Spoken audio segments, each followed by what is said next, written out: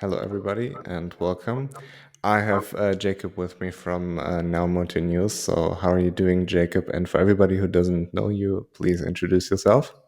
Yeah. Hi guys. As said, Jakob from Nowmotonews, Instagram and Facebook, uh, problem child, I guess some would say.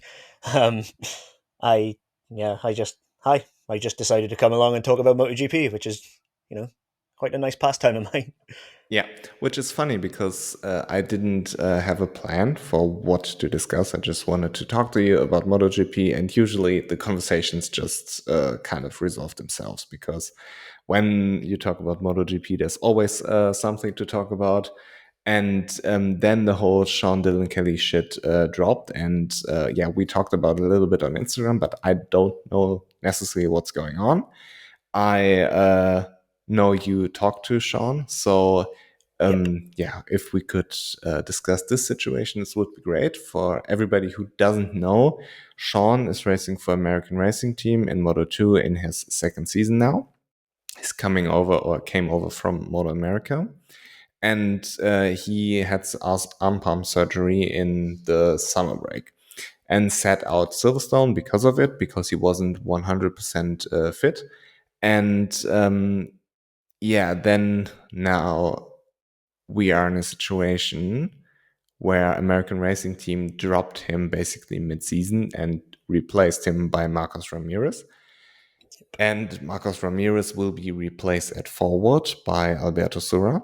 And it's extremely weird because Sean was doing a good job. He was developing. And now we have an American racing team without an American rider and a Spaniard and a British rider, which is rather weird.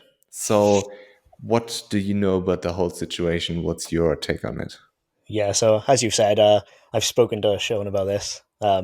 He has told me I'm allowed to tell the truth, and the truth is that he is 100% bike fit.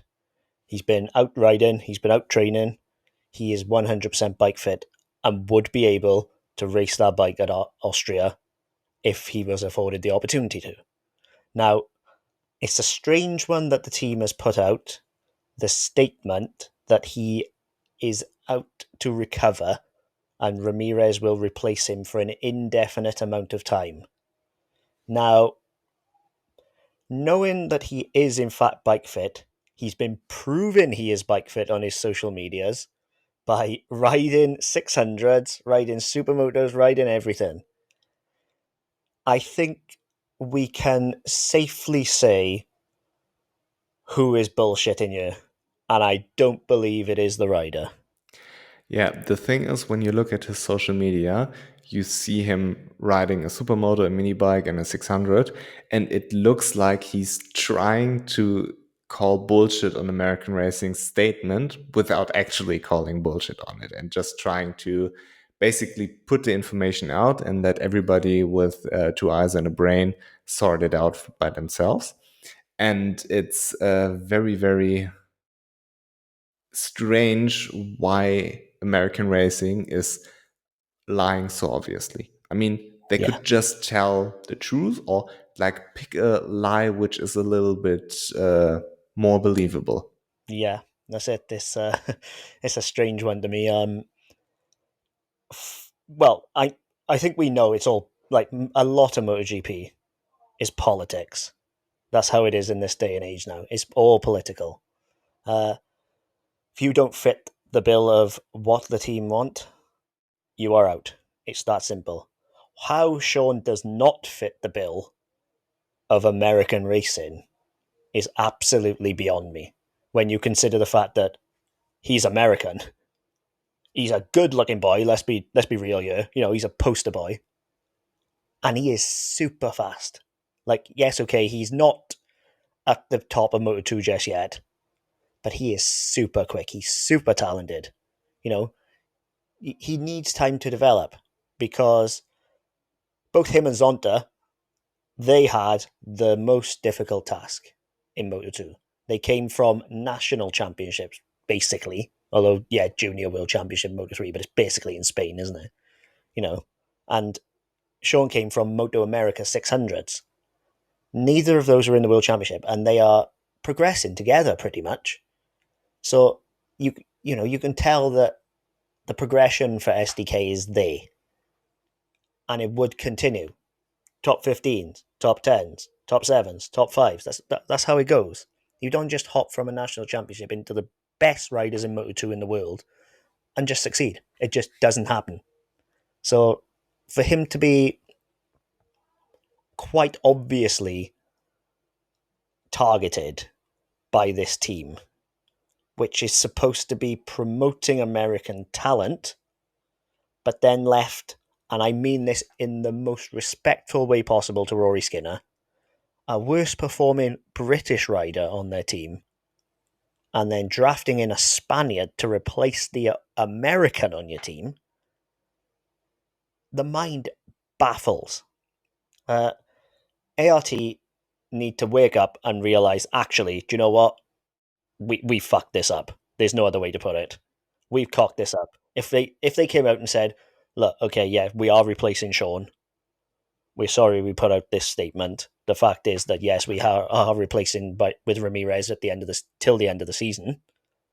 You could respect that. Like, but to come out and do this so shadily with no reason whatsoever, really, like, it can't be performance based because he's been progressing. Like, just baffling. I wanted to say that if you are listening to this and you wanted to go and offer your support to SDK, at Sean Dilla Kelly on Instagram, go and give him a message. Go and give him a like, a comment of support, because he needs this right now, because he has no idea why he's been replaced. We have no idea why he's been replaced. And although the team say indefinite amount of time, it's pretty much nailed on that he will be to the end of the season.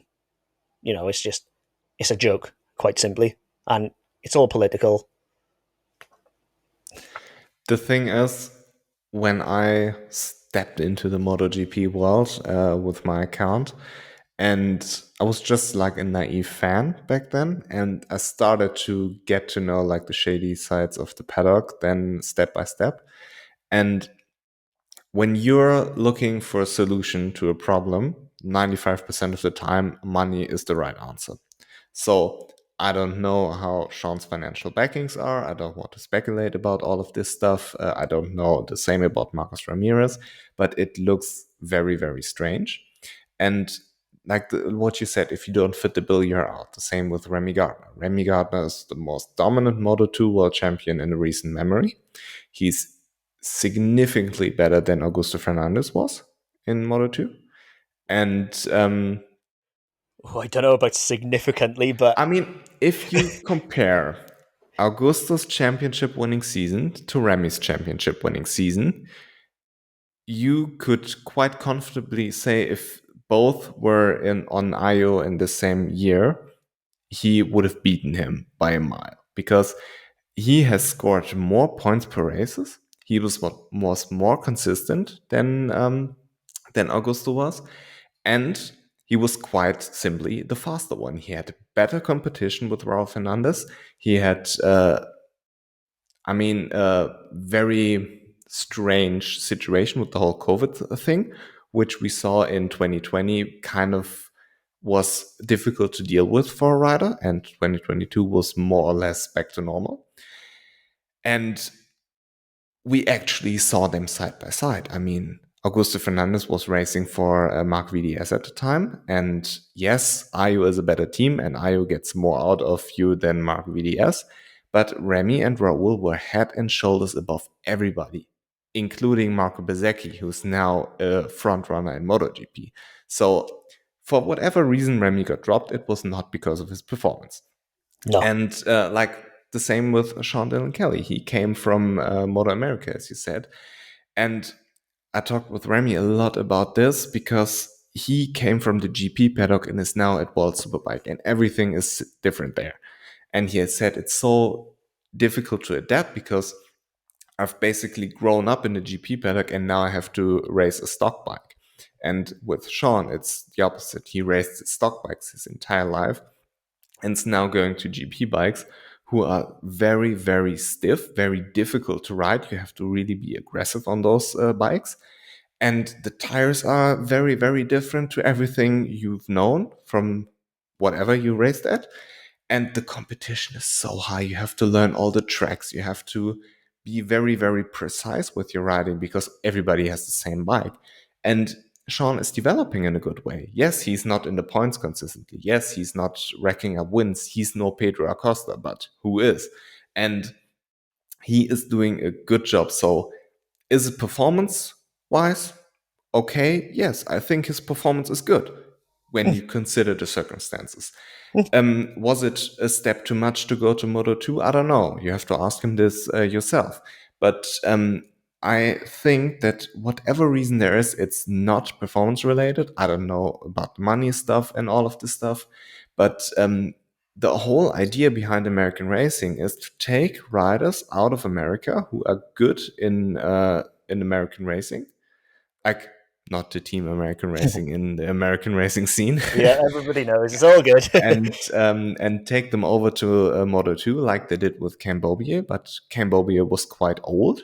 He won like 5 or 6 Moto America titles, I don't know, and 5, yeah, and then went to Moto 2 like in his late 20s, early 30s, something along the line. And this was quite frankly a failure because, not to disrespect Cameron Bobier and his results there, because he was doing a very good job, but the project was to get him over into the GP paddock, be like 2 or 3 years in Moto 2, and then go to MotoGP. Yeah. And they obviously failed on this plan because Cam wanted to go back home, and all good. I mean, if he wants to go back home, he can go back home. So the thing is, Sean is a very, very young guy. I don't know how old he is, like 19 or 20, I believe you said. Yeah, And when you give him 5 years in Moto 2 and then go with him into MotoGP, then you still have a pretty young MotoGP rider. So exactly. theoretically, he could be 8 years in Moto 2 and then go to MotoGP. So he has a lot of time. And I don't necessarily believe that it has anything to do with performance. 100% nothing to do with his injury, but yeah, Yeah, it's a very bad look for a team which is supposed to bring American talent over to Europe into the GP scene, and now they have no American rider. They have Rory Skinner and Marcos Ramirez, and again, I don't want to be disrespectful to Marcos Ramirez, but it's not like he's the savior. He's a below yes, average Moto 2 rider himself. He raced for the team. He collected, I believe, if I remember correctly, I looked it up on Wikipedia. 37 points in his rookie season in 2020, like 39 points in his sophomore season at American Racing, and then at Forward last season he scored 5 points. So it's yeah, not like Marcos Ramirez is the next big thing you don't want to miss out on. yeah. Well, that's it, then. Like, I will defend Marcos on the forward bike, which is, very clearly the worst bike in Moto 2 at the moment, and it's not even close. It's by a margin, so anyone would struggle to score points on that. However, the 2 previous seasons, he was looking good, impressing on his debut season in ART, and then kept for 2021. You thought, oh, okay, he's going to step up now, and it just never happened. He just could not make that breakthrough. So why they are bringing someone back who has failed to make that breakthrough in their setup already, while casting out a rider who has a ceiling potential higher, like, only SDK knows whether he can reach that level, first and foremost. But to not even allow him to have the opportunity to be able to do it? Like, why Dorna have not stepped in and said, you are the American racing team. Your whole MO is to bring American talent through. You are not to get rid of this American rider. If you want to bring in this Spaniard, you do it in 2024. That should be the bottom line. Otherwise, don't play ball, off you go. Yeah. But for some reason, Dorna turned a blind eye to this. It's very strange. Very strange. Yeah. And the thing with American racing is I've heard from people that they don't pay their coaches or don't paid a coach or two coaches, but they are not very dependable when it comes to payments. Yeah, that's an And understatement. yeah, but that's like a bad look for a team in itself. And then when you have this problem, then to sack your rider and lie to the public in the most obvious um, way possible, it's just a very, very bad look for the team in general. And I don't know what's going on there. I Yeah, mean, yeah. the thing, That's all there is to it, isn't it? It's like yeah, you're looking at it and you're thinking, there's only one problem child here, and it's not the rider, because the rider is out there proving that he can ride a bike. yeah, Like, at what point do you stop and say, well, hang on a minute, if he's bike fit, why is he not in the team that he has a contract for 2023 with? And why are they saying he's not fit? It's just, it's so shady. Like, the shadiness of this whole thing is just, it's not funny. Like, it genuinely is a joke, and it needs to be sorted out, because yeah, this is someone's career on the line, quite yeah, simply. You know, like with respect to SDK, he's not yet been able to prove enough that, you know, Moto2 teams are going to be snapping his arm off. But he's not been afforded the opportunity either. yeah. And it's like, it's a real catch-22, because you need to prove yourself for a team to want you, to prove yourself to a team to want you. And he cracked it. And we thought, oh, great, you know, young American kid, very exciting, very talented, coming through. He's going to be in this Moto2 paddock for a while, learn his craft over the next 3 years, then potentially look at a MotoGP seat if ART managed to get the MotoGP slot. And Even now look, without American racing in MotoGP, you can get him into MotoGP. yeah, because he's So this is not marketable. a necessity for him to if he's doing good in Moto 2, and you don't have to be world champion, you don't have to be like even in the contention for a title. Look at Jake Dixon. I've talked with people in 2021 that Dorna wants Jake Dixon in MotoGP, and it's not because of his talent. I mean, he's doing good and he developed in a good way, but he is no Pedro Acosta again. There are more talented riders in Moto 2, but still we are talking about Jake Dixon going to MotoGP next year. He has won one goddamn race. I mean, let's not be kid ourselves. It's because he is a British rider, and Dorna wants a British rider on the grid, which is fair enough. I mean, Yeah, I don't want to argue that, but with like an American rider, you don't have to be world champion to go into MotoGP. You have to be just good enough for teams to pick you off or pick you up. yeah. Well, that's it. Like, I agree with you in that Jake Dixon, I do not believe, deserves a MotoGP seat. I know I'm going to get heat for that. Come at me. But the fact of the matter is, there are 3 or 4 riders in that Moto2 paddock at the moment who I would promote onto that Grassini seat over him. Five. I have five on the top of my head who are better than. Yeah. Well, for me, I'd promote Arbolino, Acosta, Philip Salach, and at a whim, maybe Agura. But Agura is very. I'm not sure he's still recovered yet, so whether he could be able to handle a MotoGP bike is another story. Alonso Lopez. Nope. What? Nope. You would give Jake Dixon a MotoGP seat over Alonso Lopez? I wouldn't give either of them a MotoGP seat, No, honestly. but if you had to choose Oh, between if I those had two, to pick one of those, oh, that's a tough choice, because both are mentally fragile. it's an easy choice. Alonso Lopez is so incredibly fast. He's so good. He is quick, like, absolutely. But I'm thinking as a rider package, and that's where Lopez and Dixon, for me, both of those have not got what it takes to be on a MotoGP seat, because they're so mentally fragile. Lopez under pressure crumbles. Look at Dixon last weekend at Silverstone. You know, the pressure of the home race, and then the rant, which, by the way, best video you ever made. But the Thank you very rant, much. oh my god! Like, at what point is a MotoGP team going to look at that and think, yeah, this emotional 27-year-old, you know, father is crying about a guy who's blameless in a Turn 1 incident? What I about take one? agree with Jake Dixon on what he said, and I think he's incredibly funny. I mean, I'm not the biggest Jake Dixon fan out here, but I enjoyed the video because I think it's good. It's refreshing to see some emotions, and I Yes. I watch a lot of UFC, and I see KO UFC fighters getting interviewed all the time, and so I'm kind of used to it. And I guess the MotoGP paddock are full of a bunch of snowflakes who will cry about it. But I think that the interview was cool. I liked it, and I don't get the backlash because it's a rider in his home GP with all the emotions, and of course, it's Jake Dixon who has like extra emotions. I mean, he was weird when he won the race in Assen, jumping there like a little kid who goes to Disneyland for the first time.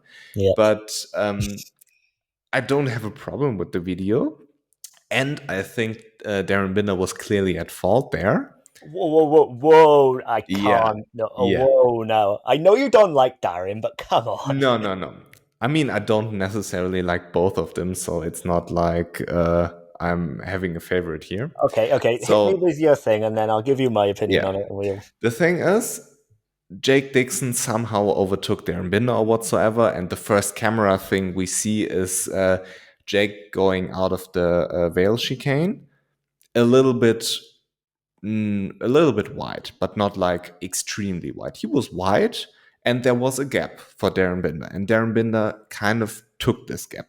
The problem I have is Jake Dixon was in front the entire time, and the gap which existed while they were accelerating kind of closed as soon as they came to the corner.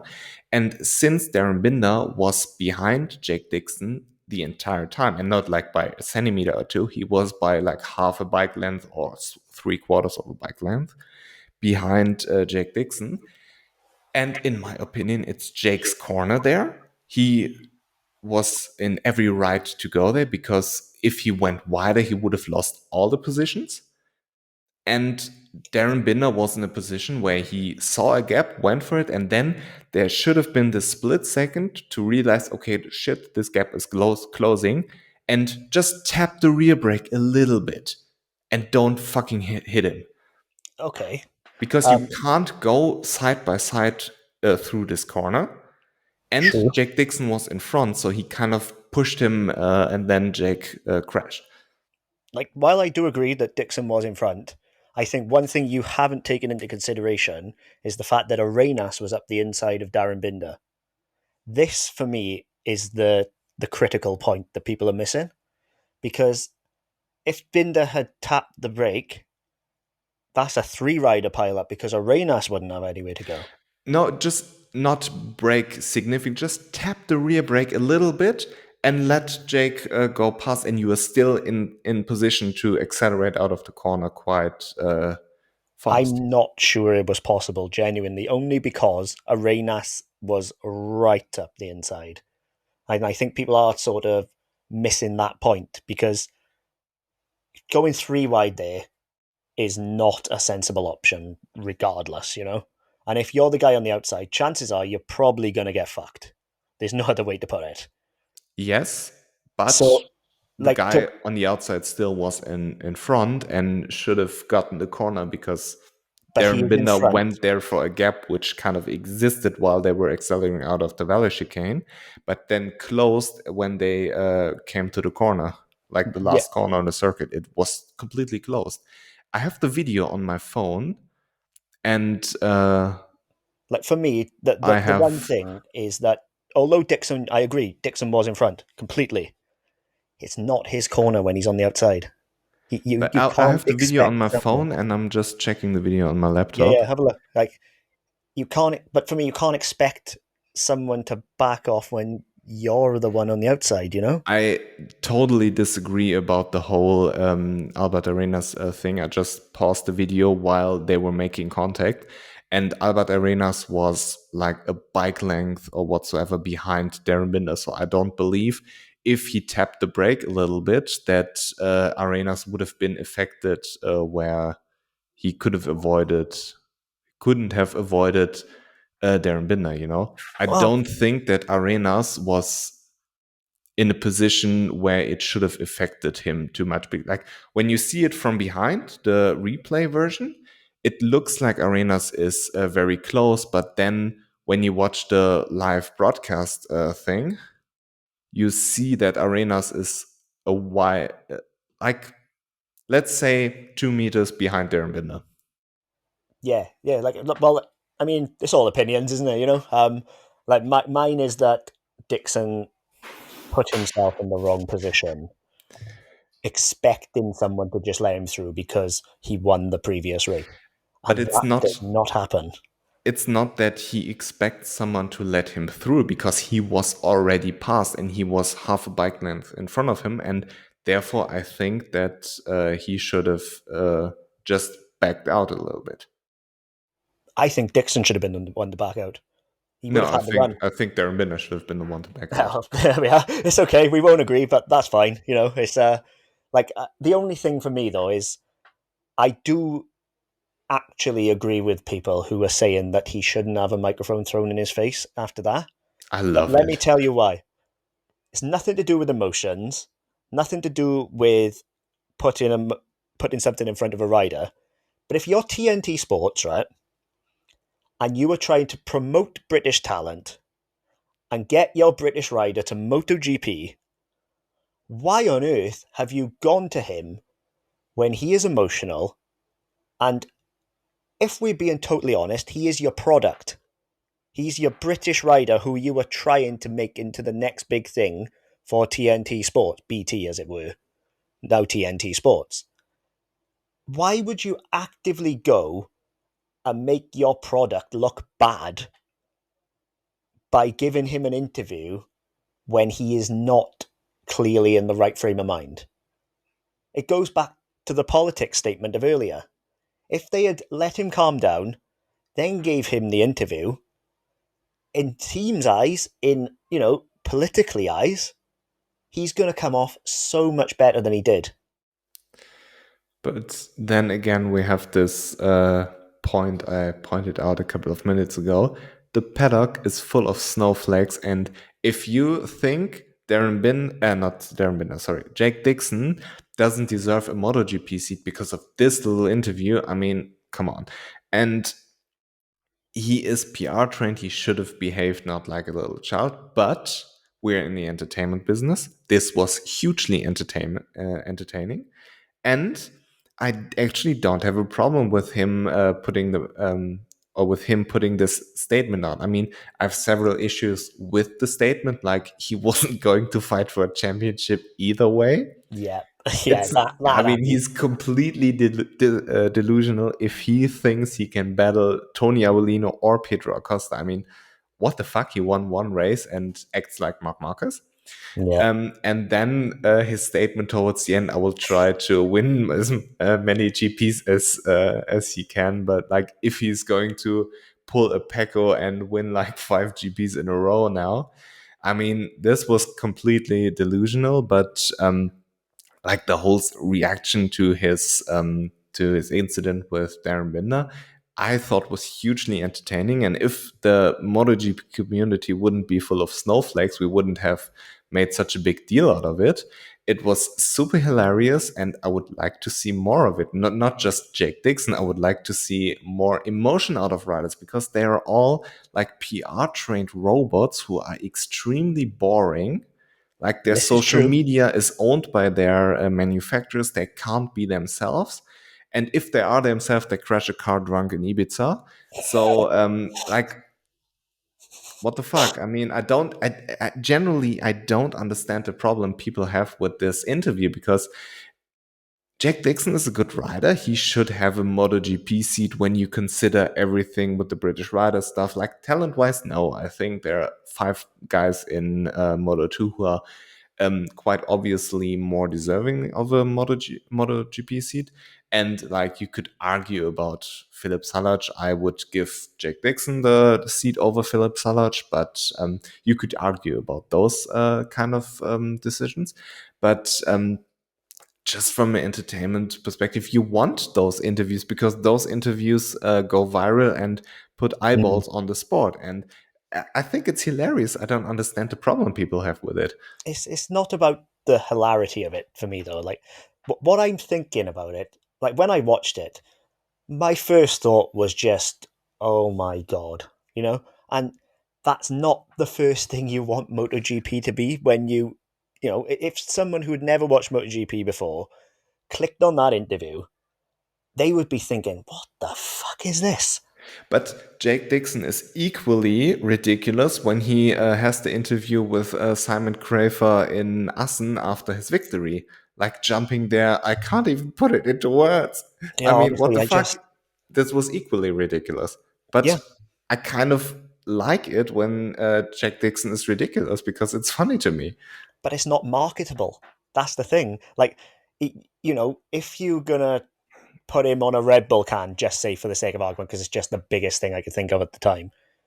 Like, you know, if he picked up Red Bull sponsorship, would you want to put him on a can? Would he sell on a can? Does Pecco Bagnaia sell? I mean, Pecco is the most boring champion we basically ever had. True, but Like, Jorge Lorenzo was more entertaining than Pecco. true. I will give you that. True. Nobody in MotoGP shows any personality, like except Fabio and Mark, because they have this "fuck you" status Oh, that they can do whatever they want and people will still respect them. Mark has a lot more of this "fuck you" money in this sense than Fabio has. But like Valentino Rossi, he could do whatever. I mean, nobody cared because it yeah. was Vale, and I But you have think to we earn need that. like what? You Sorry, have I to didn't hear. earn that Yeah, status. sure, you have to earn it, but I still believe that more emotion would be nice because we only see it from the people who have this fuck you money in a sense. Like, not, I mean, they have Yeah, literal fuck you money, but also like from a sport respect. Like, nobody's gonna drop Mark Marcus because he's shitting Honda on Fabio's comment section. yeah. Like, Well, that's I it. mean, this is absolutely hilarious, and I think we need more of this. But I But think that's the thing. Is like if Dixon's up here, Pecco's there. I think you need to be in the middle. In the middle is a good balance of being yourself, being marketable, while not looking like a knob on national TV. I think there is a yes, difference to it. yes, Jake is making a fool out of himself, but my point is he's doing it either way. If he wins or if he crashes, he's just making a fool out of himself. And by the way, while we are talking about it, I recently discovered that he unblocked me on Twitter, which is an achievement. So I want to pat me on the back for not being blocked by Jack Dixon anymore. Well, you might be after this now. I don't think he will watch this. Well, I mean, if he does, hi Jake. Yeah, for example, what you said, like Pedro. Pedro is a good example for showing character. Pedro is funny. You just like what Pedro does, like how he handed the Mark VDS mechanic the pizza thing Yeah. in Mugello. It's super funny, but people were still arguing about this, that this was immature and all of this. It's funny. I No, mean, like I completely agree. It was the right level of personality while simultaneously not looking like a cock. You know, that is a fine line to cross because yeah, it can go either way, yeah. especially when it's a celebration. Like it can go either way. But he smashed it in that it was both funny, it was wholesome, and he came out of it looking better than when he went in. Which, you know, that's all you need to do. Like just everybody should take note and be like, look, this is the example you need to follow. You know, be yourself.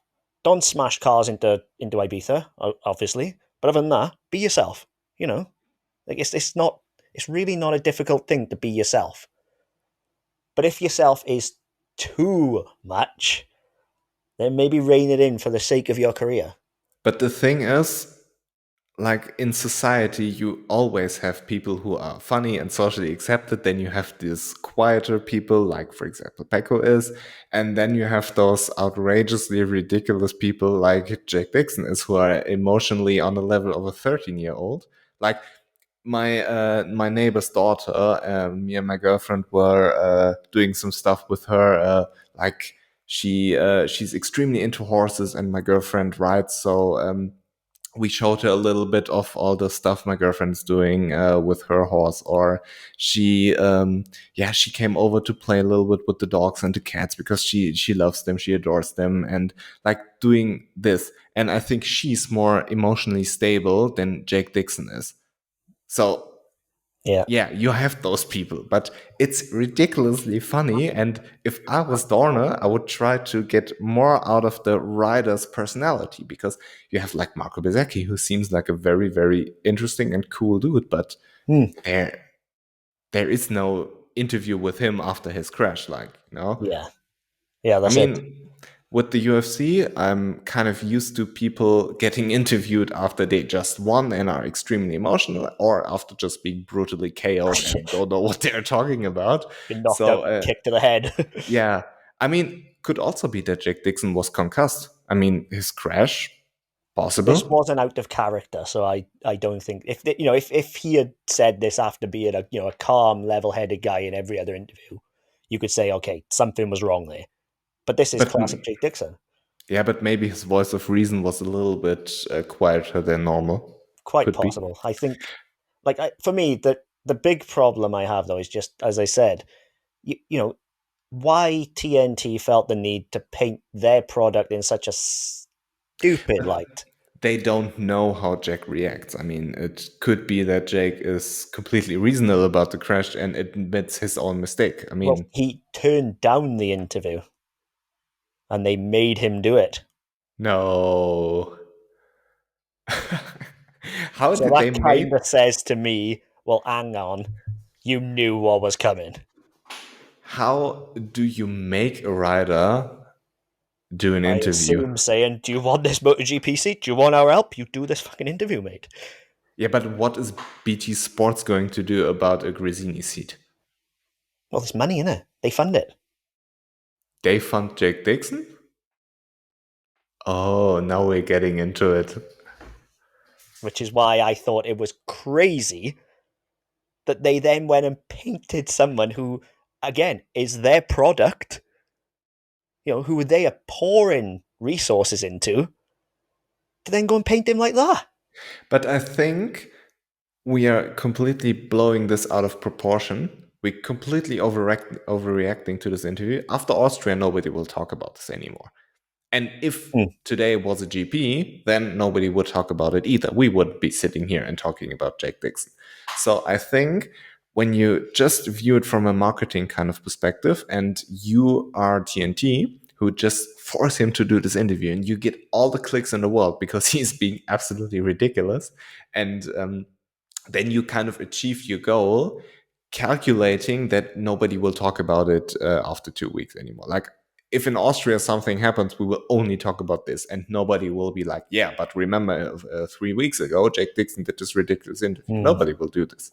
Yeah, the MotoGP world moves a bit quick, which Yeah. is it's a blessing for Jake, because if it didn't, and we were still discussing this, a month down the line, he's gonna just come out of it looking stupid. And I really hate to criticize any rider, but I think a bit of restraint was all he needed.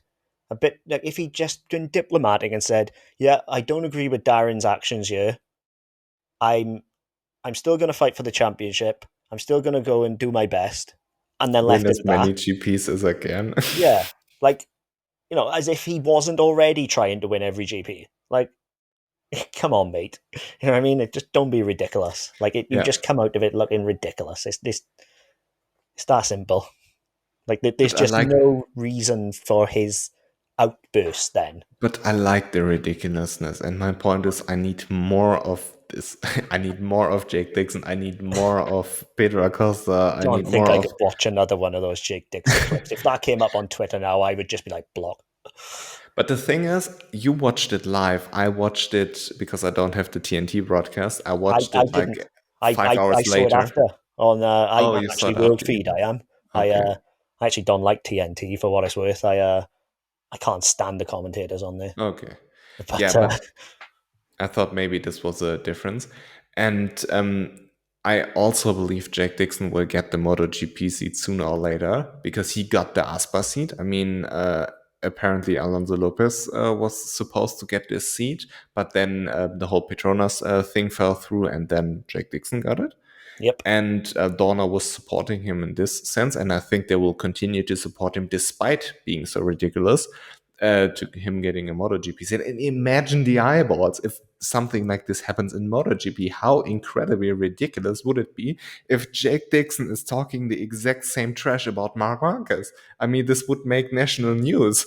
How is he going to deal with Marc Marquez if he goes to MotoGP? Because Marc ain't going to look at you twice. He's just going to off you pop. Oh, Yeah, but like the state where the Honda is right now, I could definitely see Jake Dixon on a Gresini battling with Marc Marquez on a Honda. oh well, will Marc Marquez be on a Honda though? Oh. I think that Honda won't let him go, and I think I might have noticed that um, the whole tone Mark is speaking and changed after he realized he can't get out of Honda. Because like at the beginning of the season, he was very critical. Like when he was asked, will you be there? I'm focusing on the bike right now. And now he's a little bit more in tune with Honda and 2024. So I think one or maybe two doors shut there where he thought, hey, I'm Mark Marcus, I will get a Ducati factory seat. And maybe Ducati didn't play this game with him, and maybe Honda wanted to have some kind of bailout fine, like Suzuki had, and Mark was arrogant enough to think Ducati will pay it for him to go to Ducati. I mean, I just speculating here. I don't know, but I am under the impression that something in Mark Marquez changed from I'm not gonna be here. I'm not gonna be here. I hadn't thought about that. That's brilliant. To okay, how do we solve this issue for 2024? Well, that's it. Like Mark's paid 25 million a year by Honda. They would have to pay at least that to get him out of there. But then On the again, flip side of that, is it maybe that Mark has seen what is coming for 2024? no, Because the bike no. Stefan Bradl was testing out in secret, it was basically a KTM. Yes, and I mean Honda brought new Aero to Silverstone, which was tested by Taka Nakagami. But the thing is, Honda's problem isn't the Aero. I mean, it's a part of their problem. Honda's general problem, and I talked about it with Simon Crafer, so I respect his opinion a lot, is coming from the electronic department. And Honda is too arrogant to do what KTM did.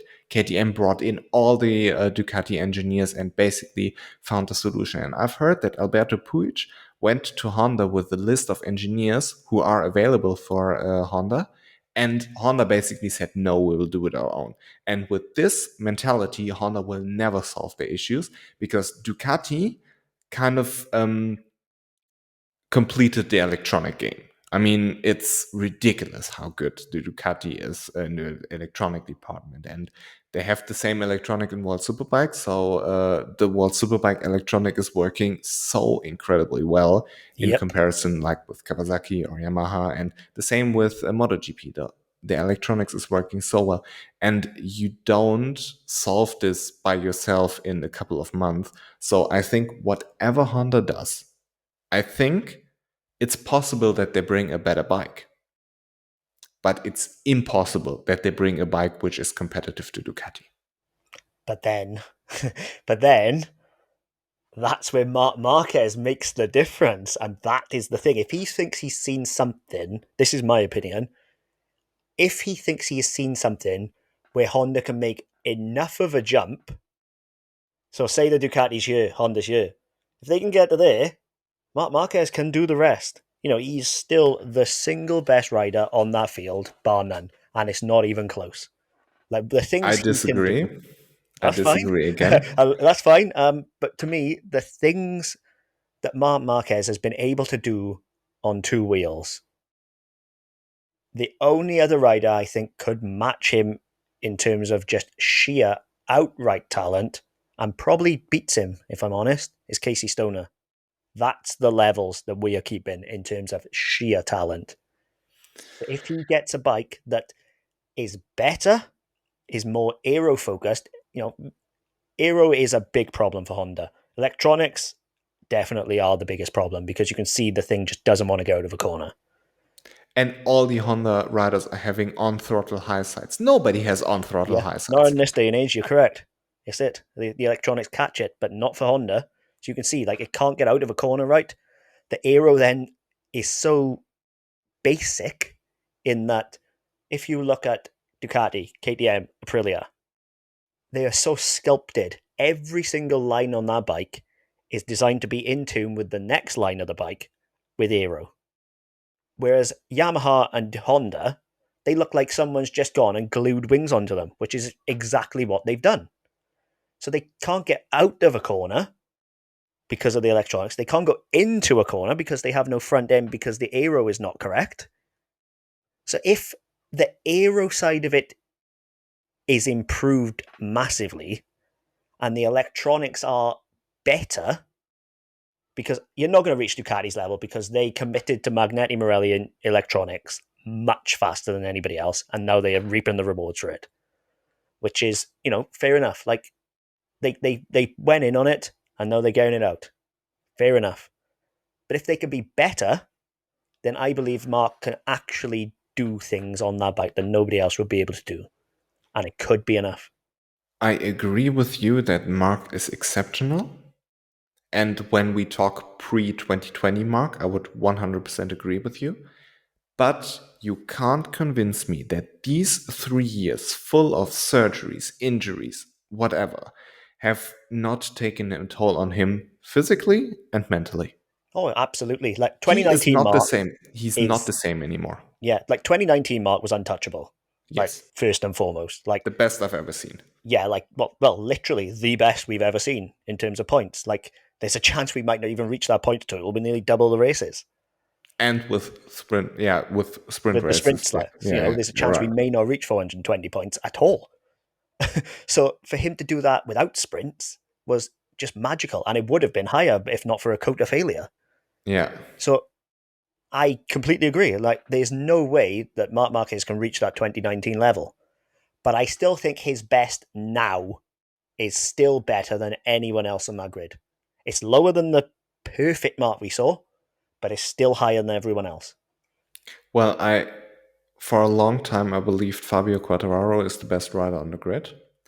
And it changed after Frankie somehow got his shit together, because Frankie, in my opinion, is an exceptional rider, and he's brutally underrated because of the Yamaha. Yep. Everybody thinks Frankie is shit and should be out of MotoGP. Watch him on a Ducati. Oh yeah, next year. Watch him.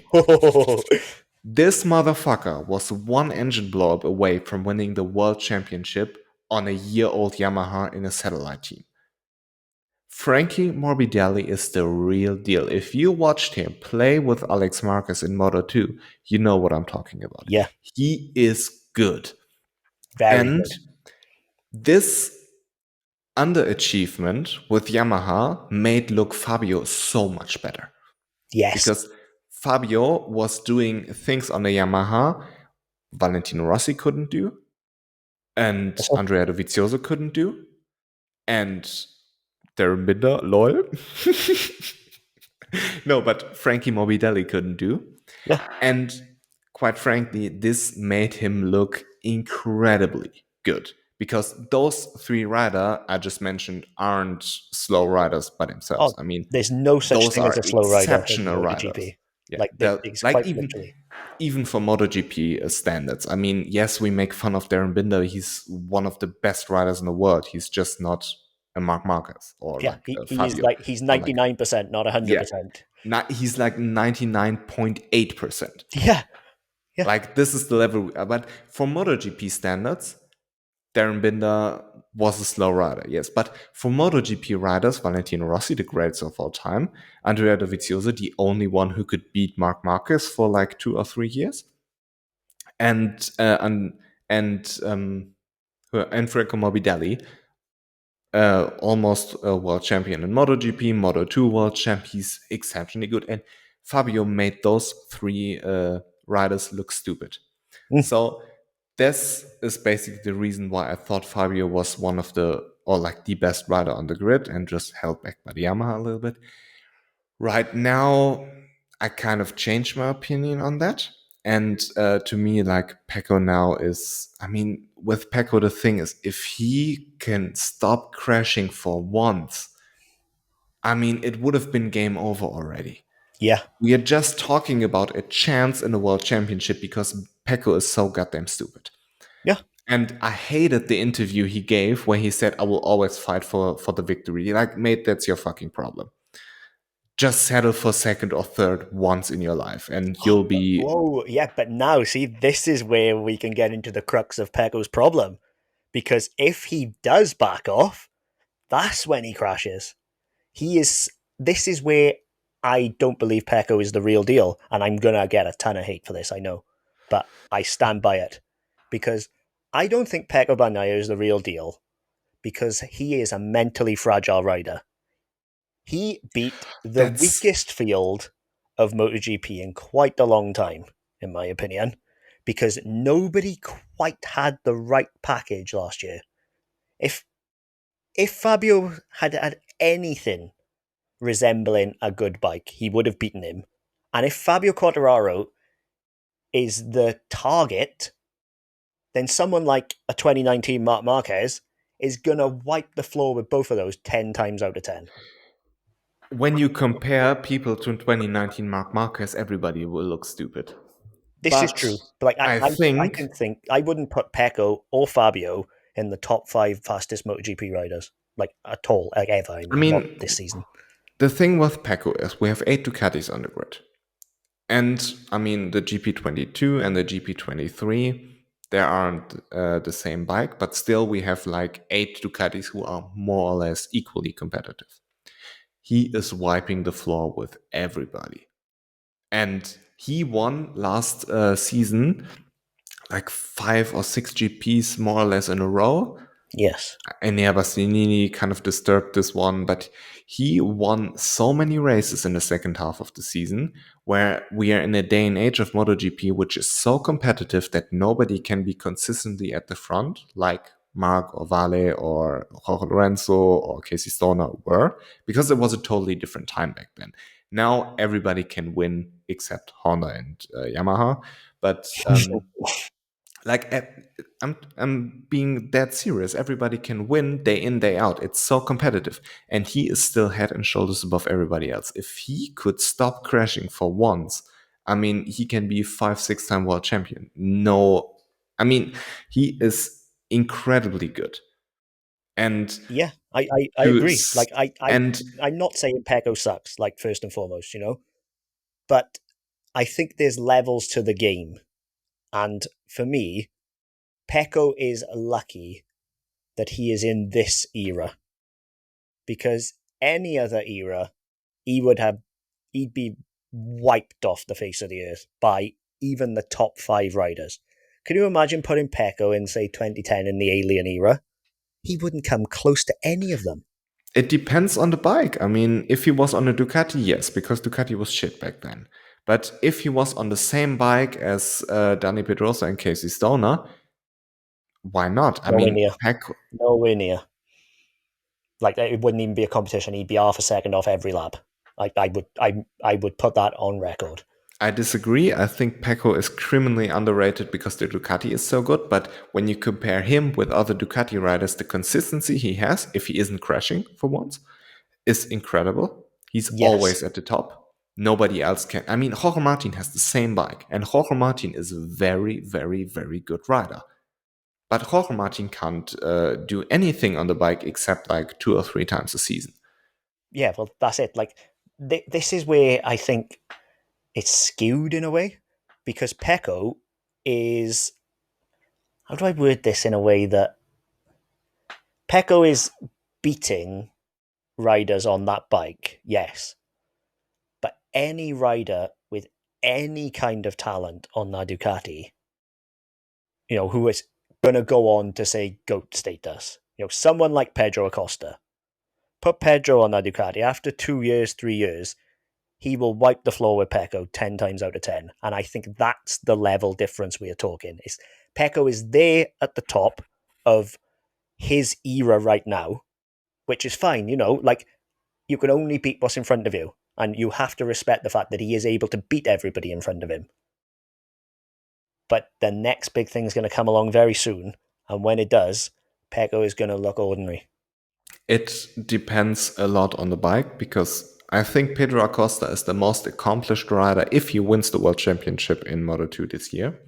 If he wins the championship, he's the most accomplished rider statistically since Danny Pedrosa, who entered MotoGP. He's more accomplished than Fabio, more than Pecco, like everybody on the MotoGP grid. Nobody has, like, even Marc Marquez. Marc Marquez didn't win his rookie season in Moto3. He won, he needed, 5 seasons? 3 years. Not 5, 3 years, that's right. He needed 3 years. He wasn't competitive in his rookie season. Pedro was. Pedro was competitive in his Moto2 season and is in his rookie Moto2 season, and is now on track to win the Moto2 World Championship because he's clearly better than everybody else. And if Pedro enters, he will be the most accomplished rider since Danny Pedrosa, who obviously won 250 titles and won 125 cc title in the span of 3 years, and that's just more than 2 titles. So Danny Pedrosa would be statistically more accomplished, but more accomplished than Casey Stoner, more accomplished than Jorge Lorenzo, even more accomplished than Valentino Rossi and Marc Marquez.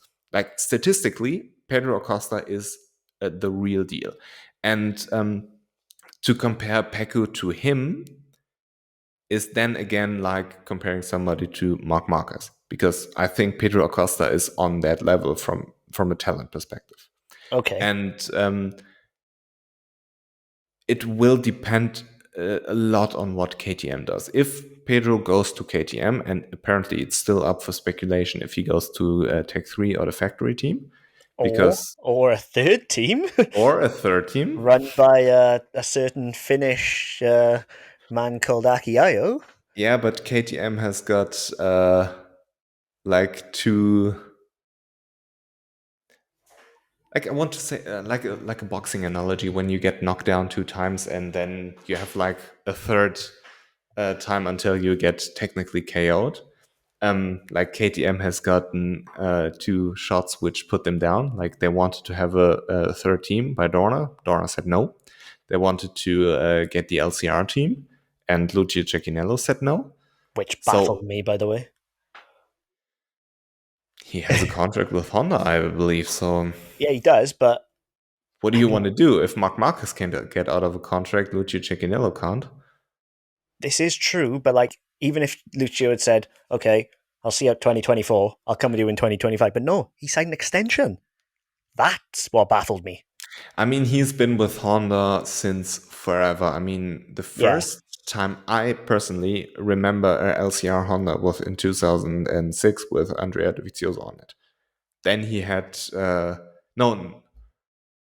in 2009 with Andrea, I'm sorry. But he had Casey Stoner in 2006. Yeah, Stoner in the 250s Yeah. in 06. And I'm Randy sorry. DePunier, I believe, was his teammate. No, LCR back then was a 1-person team. Are you sure? I'm pretty sure. And Casey Stoner was at LCR Honda as you're right about that. sole rider in 2006, I believe. Carrera Sunglasses was the sponsor, if I'm not mistaken. I don't know. Oh, maybe not. And then 2007 he went to Ducati, and then in 2008, I believe, Andrea Dovizioso, that's the year, went to LCR Honda. So like, he has a history with Honda, and I appreciate his loyalty. Oh no, Dovi was Repsol. Oh wait, no. No, not as a rookie. Not Scott Honda, not LCR. Scott Honda. It was Scott Honda? Scott Honda, which was his 250 team. I'll Google it. Fuck it. Scott Honda. And then in 09, no, 08, yeah. And then I think Gabo Talmashi was his teammate for half a season, if my memory serves.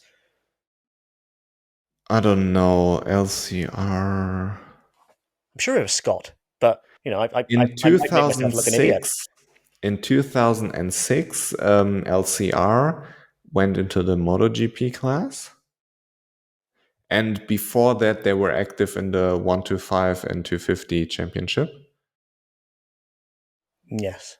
Dovi then came up in '08 with Scott Honda. '07 Scott Honda? '08? Oh, one of them. I don't know. I will Might have Google outed myself as this. an idiot, yeah, but it was over like 15 years ago. Cut me some slack. I mean, Andrea Dovizioso battled Jorge Lorenzo in the 250s, so he must have been in the 250s in 2006 and 2007. Yes, and then And came up then he went to MotoGP in 2008 alongside with Jorge Lorenzo. yes, to Scott Honda. Talmashi was his teammate for half a season. I do remember that. But I don't And he went remember to which Repsol in team. '09, won Donington. Yeah, you're absolutely right. JRI Team Scott Yeah, on a Honda. yeah, I did think so, yeah. It was a beautiful looking bike, if I remember it. It was grey. Yeah. And I thought it was LCR Honda. No, that's why, yeah, like, that's why I was thinking was RDP was on the LCR in '08 then, under the Playboy colours, if that's right. Yeah.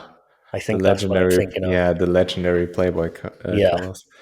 Um, no, but back to the point. I mean, Luigi Cecchinello has such a rich history with Honda, and I mean, yeah. Honda treated him well, I suppose.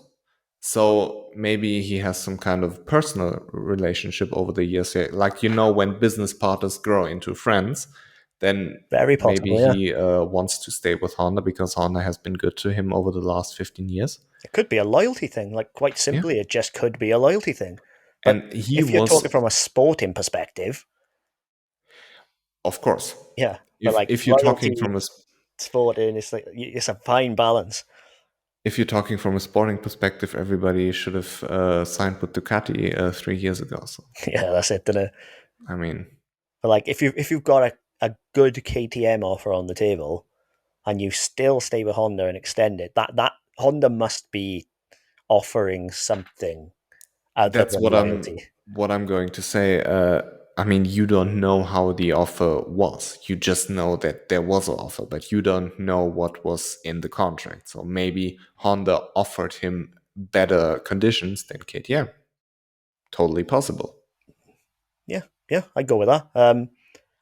I would like to know exactly what the details of that are, because it must have been a hell of an offer for you to say, I don't want that performing KTM. I want this underperforming Honda. And I want to have my riders in the hospital.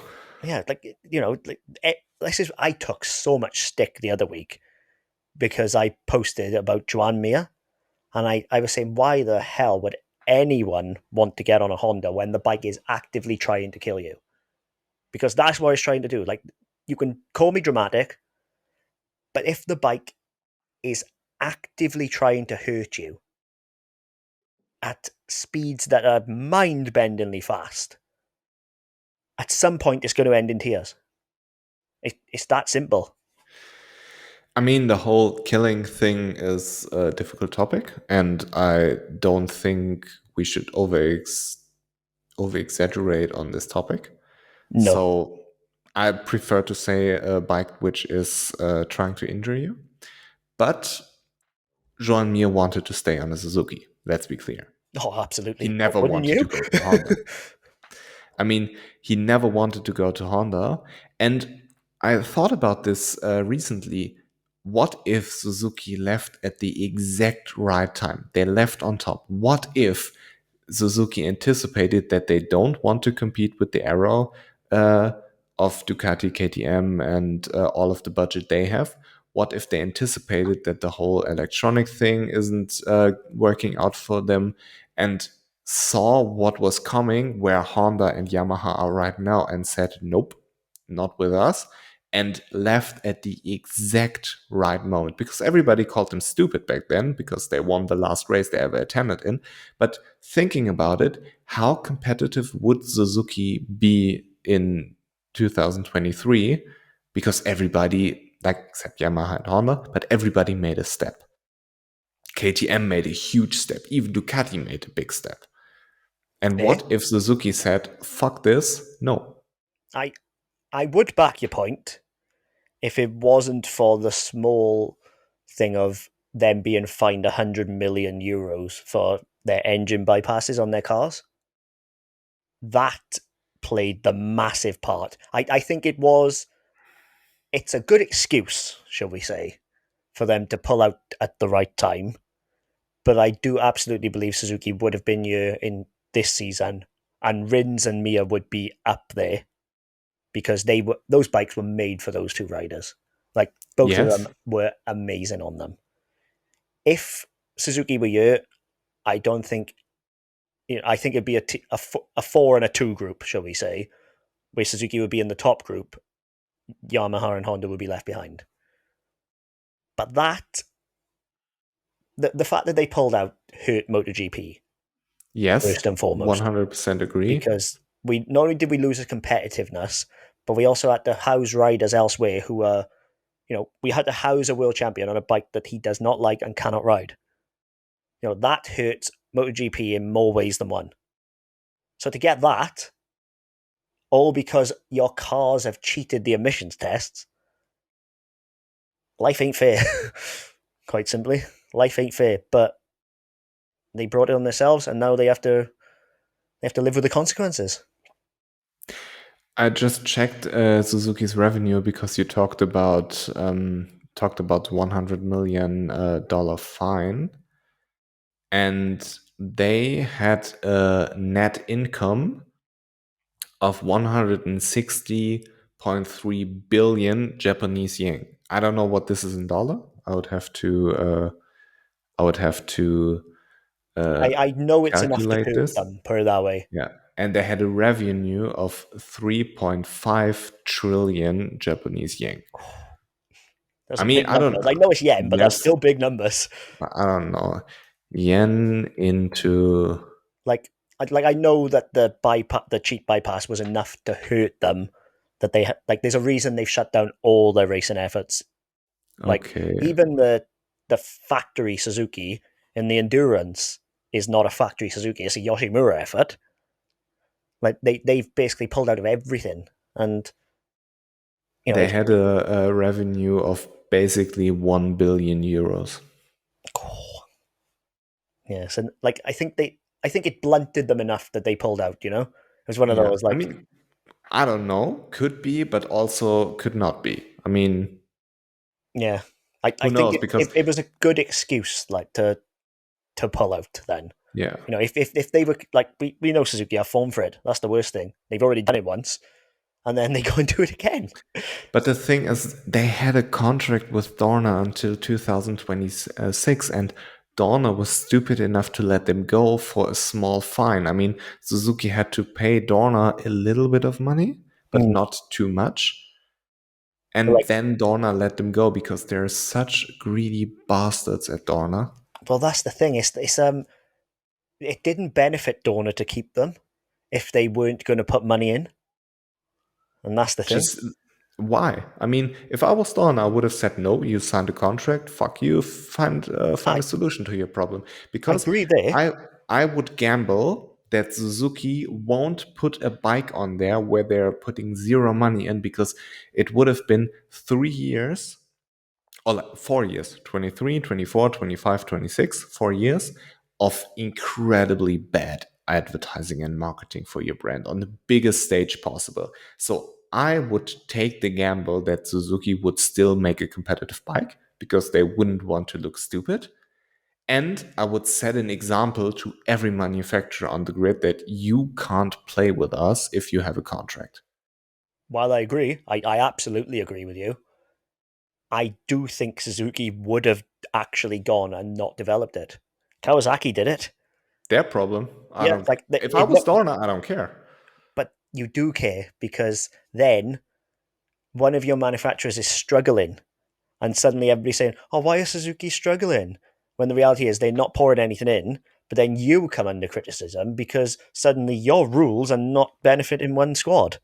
I don't think that Dorna would have been criticized if Suzuki isn't performing well. I think that Suzuki would have been criticized. And I think, like, imagine this. Imagine we had 24 bikes on the grid with a Suzuki where zero Japanese yen are invested in. then we still had a Suzuki on the grid with 24 riders, which is more beneficial to Dorna. Then, like, the worst case scenario is that we have position 23 and 24 Suzuki. Now we don't have even a position 24 and 23. This is true. So I don't think that there's a scenario with Suzuki on the grid which is worse than without Suzuki. But then you say that, but then like everybody's screaming for concessions for Honda and Yamaha. Give them concessions. If they don't invest anything in it, they won't reap any rewards of concessions. I, as Dorna, wouldn't have cared less if Suzuki is good enough. I would have cared that I have 24 bikes on the grid, I have another manufacturer, and I would have cared that people realize you can't play around when you have a contract.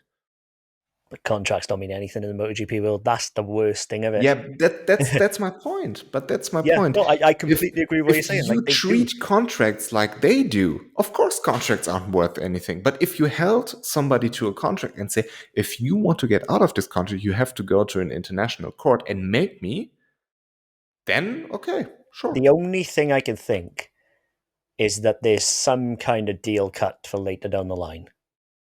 Suzuki return, perhaps. And, you know, if they say, oh, well, fine, you can get out of this now. The end of 2026, you come back, whatever the rule set is, you bring 4 bikes, this is non-negotiable, then it sort of makes sense. But whether that happened... Do you think Suzuki signed a contract with this, where they're being held accountable 4 years down the line? Possibly. Just because it's a very easy thing to get out of, you know, like considering what it did to the MotoGP world. They got out of it quite easily. So I think there must be some kind of deal cut somewhere down the line, you know? I never thought about this, but still, I would have not done it because as Dorna, it's important to me what's happening with MotoGP now than 5 years down the line. This is true, but if you future plan, you know, and you know that Suzuki are going to be coming back and you can offer all the other manufacturers that guarantee as well, and then they sign the extension, suddenly the ball is rolling, you know? Again, politics. I think this is like a little bit of an overanalysis. Very possible. Where there is nothing to analyze. I think Very Suzuki possible. wanted Like, to you know, go out for one reason or another. Yeah, like honestly, very possible. I'm not saying that is the case. Absolutely not. But I'm just trying to reason why they got out of it so easily. You know, it must be a case of you scratch my back, I scratch yours somewhere along the line. Like I don't know exactly what. Like it might not be that, but like Suzuki definitely offered Dorna something they wanted in order for them to get it out. Money. They offered him money, and they had to pay some kind of a bailout fine, and got out of this contract. It's quite simple, It and just I think seems incredibly cheap, you know. yes, but Dorna is incredibly cheap. Look at their sponsorships. Look at the way they introduce sprint racing. Look at their way how they introduce staff members. Like all the nepotism going on there. Dorna is cheap. I mean, so I had to break it to you. No, you are right. Like you are right. So the way they are treating journalists, like the sprint press conference, everybody who hasn't seen it should find a way to find it, because it has been a shit show from top to bottom, where journalists ask serious questions, and like the Dorna CEO, the FIM CEO, and whatever Hervé Porcheral's role is, I think he's IRTA president, I don't remember. Yeah. Are basically making such a fool out of those journalists in a bad way. They're making like a fool out of themselves as well. But like try to act like the journalist with the serious question is stupid. Like 80-year-old Camilo Espeleta telling a journalist that MotoGP riders aren't at their limit yet and they're far off them. What the fuck? I mean, yeah. So Dorna is cheap, yes, and if I was Dorna, the only way I would have let Suzuki out of this contract is if they would convince either Kawasaki or BMW to take over their spot. Well, that's it, see?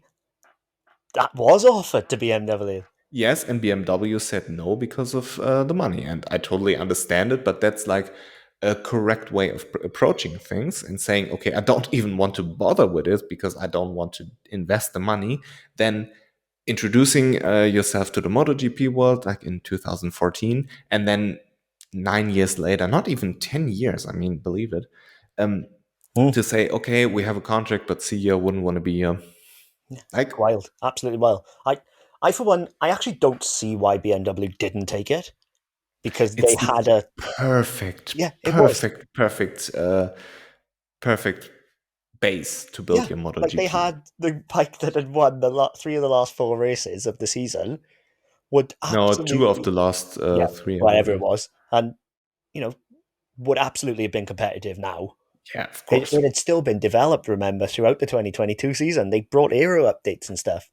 I absolutely think that BMW could have played a blinder here. I think they missed a real opportunity Yes. to get their name into the MotoGP world, learn from that bike in order to develop their own. And then before you know it, a company the size of BMW, like they wouldn't be underneath for long.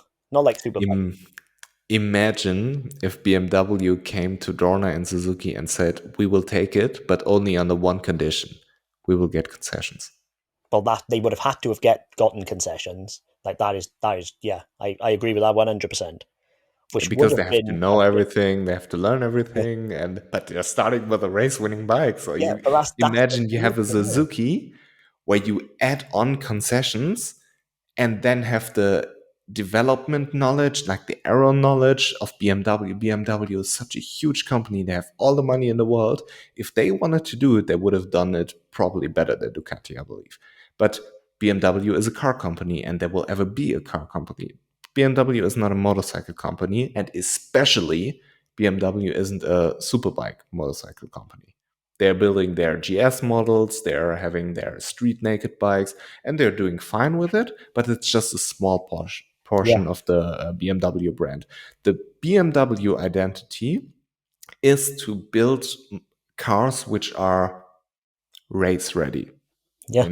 Like the BMW 3 Series. You can buy it and go to a track and you're doing good. And then you can add on everything. And then you all of a sudden have a real track day car. But BMW isn't the type of company to go into Formula One or to go into MotoGP. I mean, it even surprised me that they go into the LMP1 shit now. But Gorgeous car, by the way. yes, but BMW is a car company. They will ever be a car company, and I think BMW has bigger problems than MotoGP at the moment because they're getting everything out of MotoGP they want. They even get their cars on track during live practice sessions. So, That what again, better? that why I thought they would at least consider it, because they already have the presence. Yes, but But they like you are right, they didn't need it, and but I personally think they did miss a trick, because if they wanted to go to MotoGP, yes, they missed it. But the way I think BMW works is they yeah, are no, you were totally focusing right. They have no on need for cars. MotoGP. That's They the crux have of it. they have the presence in MotoGP with the sponsorship, the safety car, and the VIP car. They even get the BMW like on the Moto3 practice track in Le Mans. So Oh, I that mean, they get oh, all of it from MotoGP that they need and not more. I'm even surprised that they do World Superbike because it's just very, very embarrassing for them. and they go in big with Superbike all of a sudden, Yeah, which that surprised me in a way, because yeah, I did not expect that level of investment of what they are going to be paying Toprak. yeah. 7 figures a year for Toprak, and he gets to keep his Red Bull sponsorship despite Rocket signing their contract. I don't even know what Rocket is. Is It's this an energy drink. energy? Oh, yeah. So, But guess like who's going? to be a little bit sarcastic, the Turkish market is a big market for the BMW 3 Series, so they're making all the right moves. Oh And yeah, I totally get that. Marketability, speed. Nice dude as well, Toprak. Like, I think it's a good thing, and I do think he will end up winning the title on that BM. and have you ever walked into a World Superbike paddock and see all those European Turkish fans, like the ones who emigrated from Turkey, like into Germany, into France, or Netherlands, or Czech Republic. I mean, I've been to Assen and I've been to Most, and both paddocks were filled with Turkish fans. Like, Donington the but same. Donington the same, apparently, if you say so. So you have Mhm. all those fans who are leasing a BMW with their 16 cousins to pick up some chicks. And then you put Top Rock into the mix, so all of them will buy a BMW. It's quite simple. Yeah, but that's the thing. Like I was saying to my friends the other day that when I went on holiday to Turkey, 2017, I think it was, you couldn't go round a corner without seeing Keenan Sofuoglu's face. Whether Yeah, it was he's on a big. poster, whether it was on a Red Bull can, whether it was, I even saw Keenan's face painted on the bonnet of a Lada. Like he rushed on, and I assume it's Top Rack because obviously he Yeah, wasn't quite there in 2017. but he is very close. Sofoglu is very close with Erdogan, so he's into politics now. I mean, Yes, yeah. that I'm not certainly touching helps that one him. with a barge pole, but yeah, I'm just stating what I saw, and honestly, like I couldn't believe it because it was every street, like not even kidding, every single street, and I was just like I couldn't wrap my head around it at first because I was like I knew he was big in Turkey, but the sheer levels of big.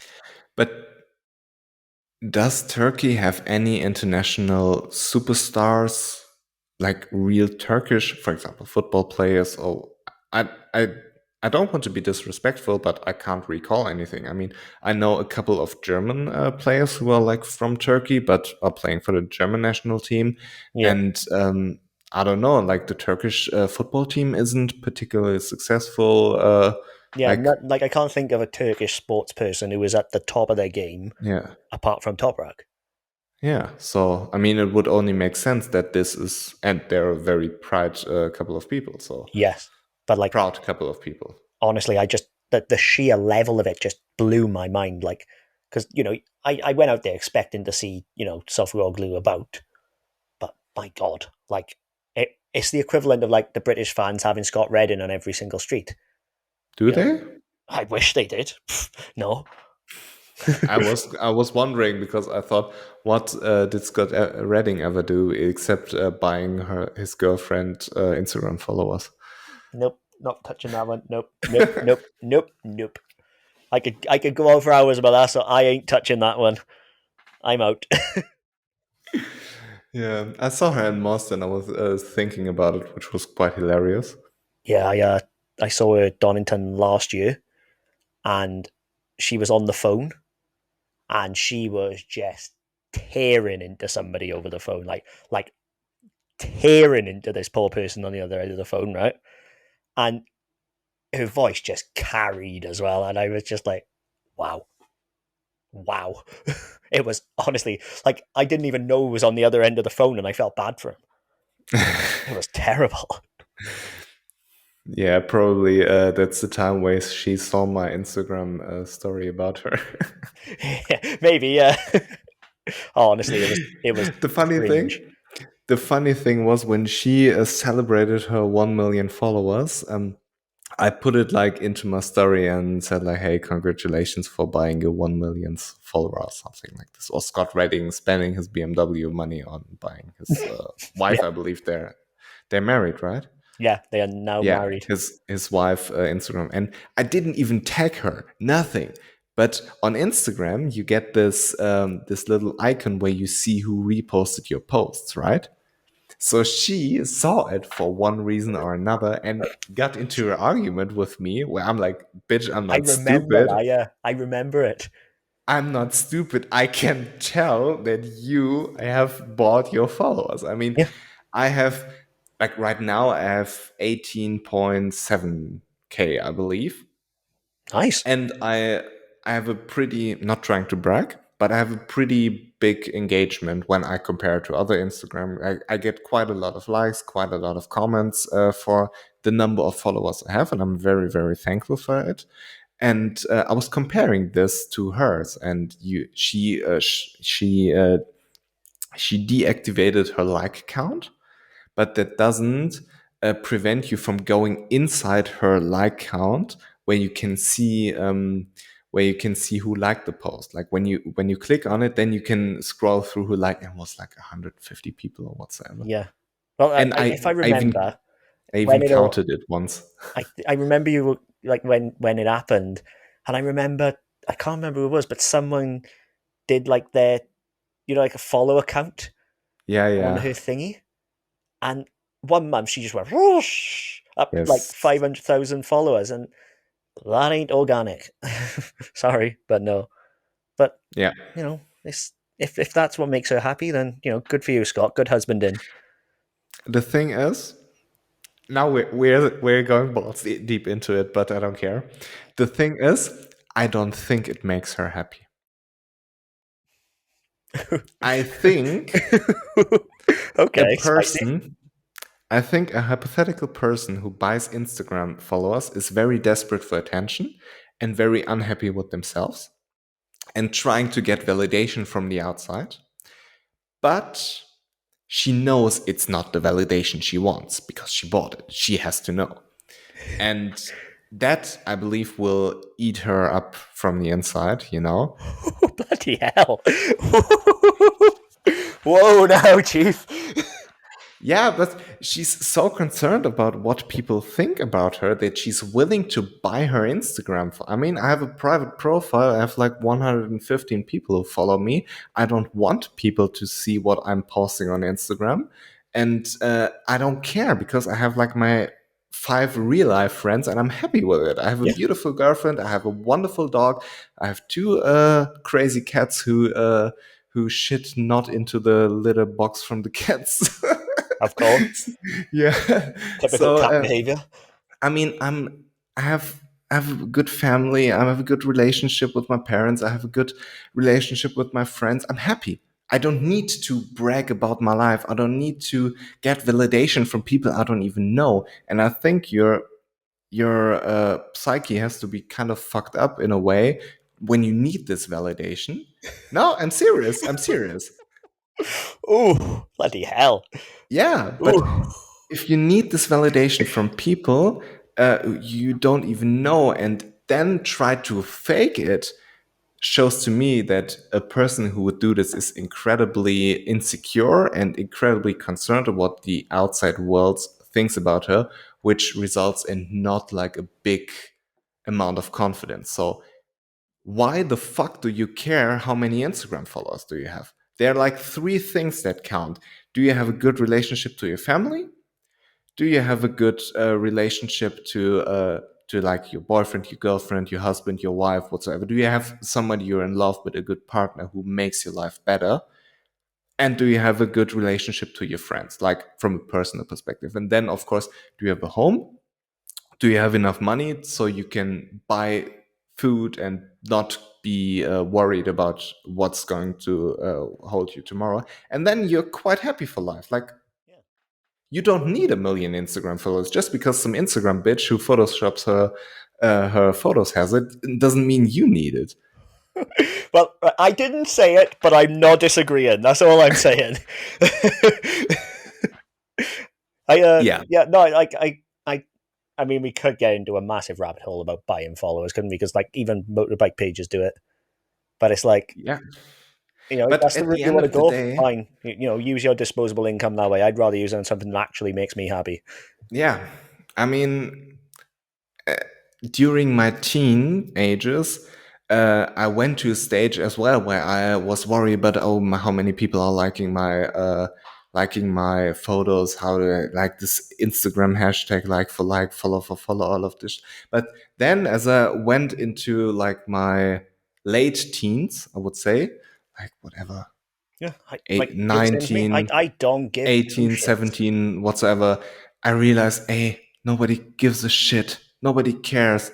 If you meet a girl and she asks, hey, what's your Instagram? Because I want to send you memes. And then half of the girls are turned off if you have like a big Instagram account because they think you're some kind of a narcissistic bitch. And then I true, mean, but then I've on the talked other to side of girls that about this. Yeah, is I've talked to girls if about this. you meet someone And the first thing you do is whip out your phone and show, oh, I got 80,000 Instagram followers. Yeah. She's gonna look a cock. Also, like if you meet a girl and she has like 50,000 Instagram followers, you know there are 50,000 horny dudes who try to lay your girlfriend. I mean, it's the truth. It is. So what the fuck? Oh, fucking hell. Yeah. I mean, It is. if you have like a good content, for example, I want to give a shout out to Emma Oakley. She's doing motorcycle art. She has Yeah. a beautiful account, and Yeah. I wish her all the success in the world. I have a painting in my living room, the next room. She drew for me, which every time I look at it, I get through the emotions of the late 2021 season because I went to Misano with my mom because we wanted to see Vale's last home race. It was like a big thing I always wanted to do, and I always wanted to go to Mugello, but then COVID came. And so then the opportunity, the second Misano GP, we thought, okay, fuck it, we will do it. Then we did it. I had a very, very beautiful week with my mom in Tavul. Yeah, we went to Coreano, where Marcos Ramirez is from, and coincidentally, it was his 10-year death anniversary. And then there was like the thing at the church. How do you say in English? Like a service, like a No, sermon in the no. church. Yeah, I know what you mean. Like Yeah, a but like remembrance. Every Sunday in church, you have the. I'm not actually a churchgoer, but I know what you mean. Wait, I will Google it. Fuck it. Yeah, I remember something about that in the on the 10-year anniversary. So yeah, we basically went to church there. Like it's called a service, like a church Oh, yeah, service, like a I was right worship. then. Yeah. So we went to the church in Korea, even though I'm not a pretty religious person. It was nice. And the whole thing was in Italian. I didn't understand a word. But Lots of yeah, it this. was nice to do. And then at the memorial, they were bursting the flames out of the exhaust. And everybody who goes to Italy should go there because it's just beautiful. It's humbling. And the museum, I went there. So this whole thing. And then I went with my girlfriend to Portimao and Valencia. And in Portimao, Pedro won the world championship, thanks to Aaron Binder. And in Valencia, Remy won the world championship. And back then, I already met Remy, and he was like my girlfriend and I met him in Austria, and he was super nice to us. And he's such a great person. I really wanted him to win this. I was very invested. Then he won the thing. It was Vale's last GP because all my life, I don't remember a day where Valentino Rossi haven't raced motorcycles up until this day. And it's just such a huge part of me. I mean, I'm doing this right now basically because of him. And Okay. like to have all of these beautiful, like 4 weeks, whatever it was, condensed into one photo, which is so brilliantly drawn by Emma. And we had a Zoom call where we talked about it, and I basically made a very, very bad Photoshop sketch on what I wanted, and she made this beautiful thing about it. She was so cooperative, and even like with little adjustments. For example, there was this stupid phantom advertisement of this stupid crypto Okay. thing. And I didn't even want it on there because I thought, okay, they will be broke in 3 years and like be bankrupt and nobody will talk about it. So, and I told her about this. Hey, can you leave this one out? Can you put this one in and all of this? And she made a very, very beautiful painting. And it's in my living room now. So I would rather spend money on this than buying fucking Instagram followers. Oh, This makes absolutely. me so happy, and I wish her all the success in the world. But what the fuck do I need some blonde bitch showing her ass on my Instagram feed? Yeah, exactly. I also And follow why Emma, by the way. and Yeah, why I agree with why do everything you you said. want your girlfriend to be this one? Like, do you think it's a good thing if all the men in the world are sliding into her DMs and like offering her trips to Dubai and do whatever? Yeah, like So, you I know, gotta be honest, I'm quite a secure person in myself. You know what I mean? Like I'm probably some would say too cocky, but it's like I genuinely couldn't give two shits about Instagram following. Like it's nice to have like what I do love about my page is that I get so many messages every single day from like-minded people wanting weirdly wanting my opinion on things, you know, like some kind of fucking influencer. Like, bro, I ain't it. But I appreciate the fact that you come to me and you respect my opinion enough. Absolutely, but to consider me an influencer is a bit fucking weird. But I love the fact that I have the ability to do it while separating my personal life. That's the thing. Like I absolutely love seeing my Instagram DMs light up with people asking me questions, wanting my opinion on certain topics, certain things. It's fucking amazing. But like I've had also on the flip side of that, I've had people find my personal Instagram and message me on there. I haven't. I'm very thankful about it, and I haven't. Well, not many, but some have. So if you're one of those and you're listening to this, there's a reason I didn't reply to you on the personal. Keep it separate. But I absolutely love getting messages from people on the page wanting to discuss MotoGP. This sport we all love. It's just it's brilliant. That Yeah. to me is worth a lot more than having the followers. And the beautiful thing is you get like validation for your work. Like whatever this work may be, if you're an artist, if you make fucking memes, or if you have like a news page like you do. And you have a very unique page where you go into topics nobody else does. And it's your thing, but it's not you, it's your expression of what you think about MotoGP.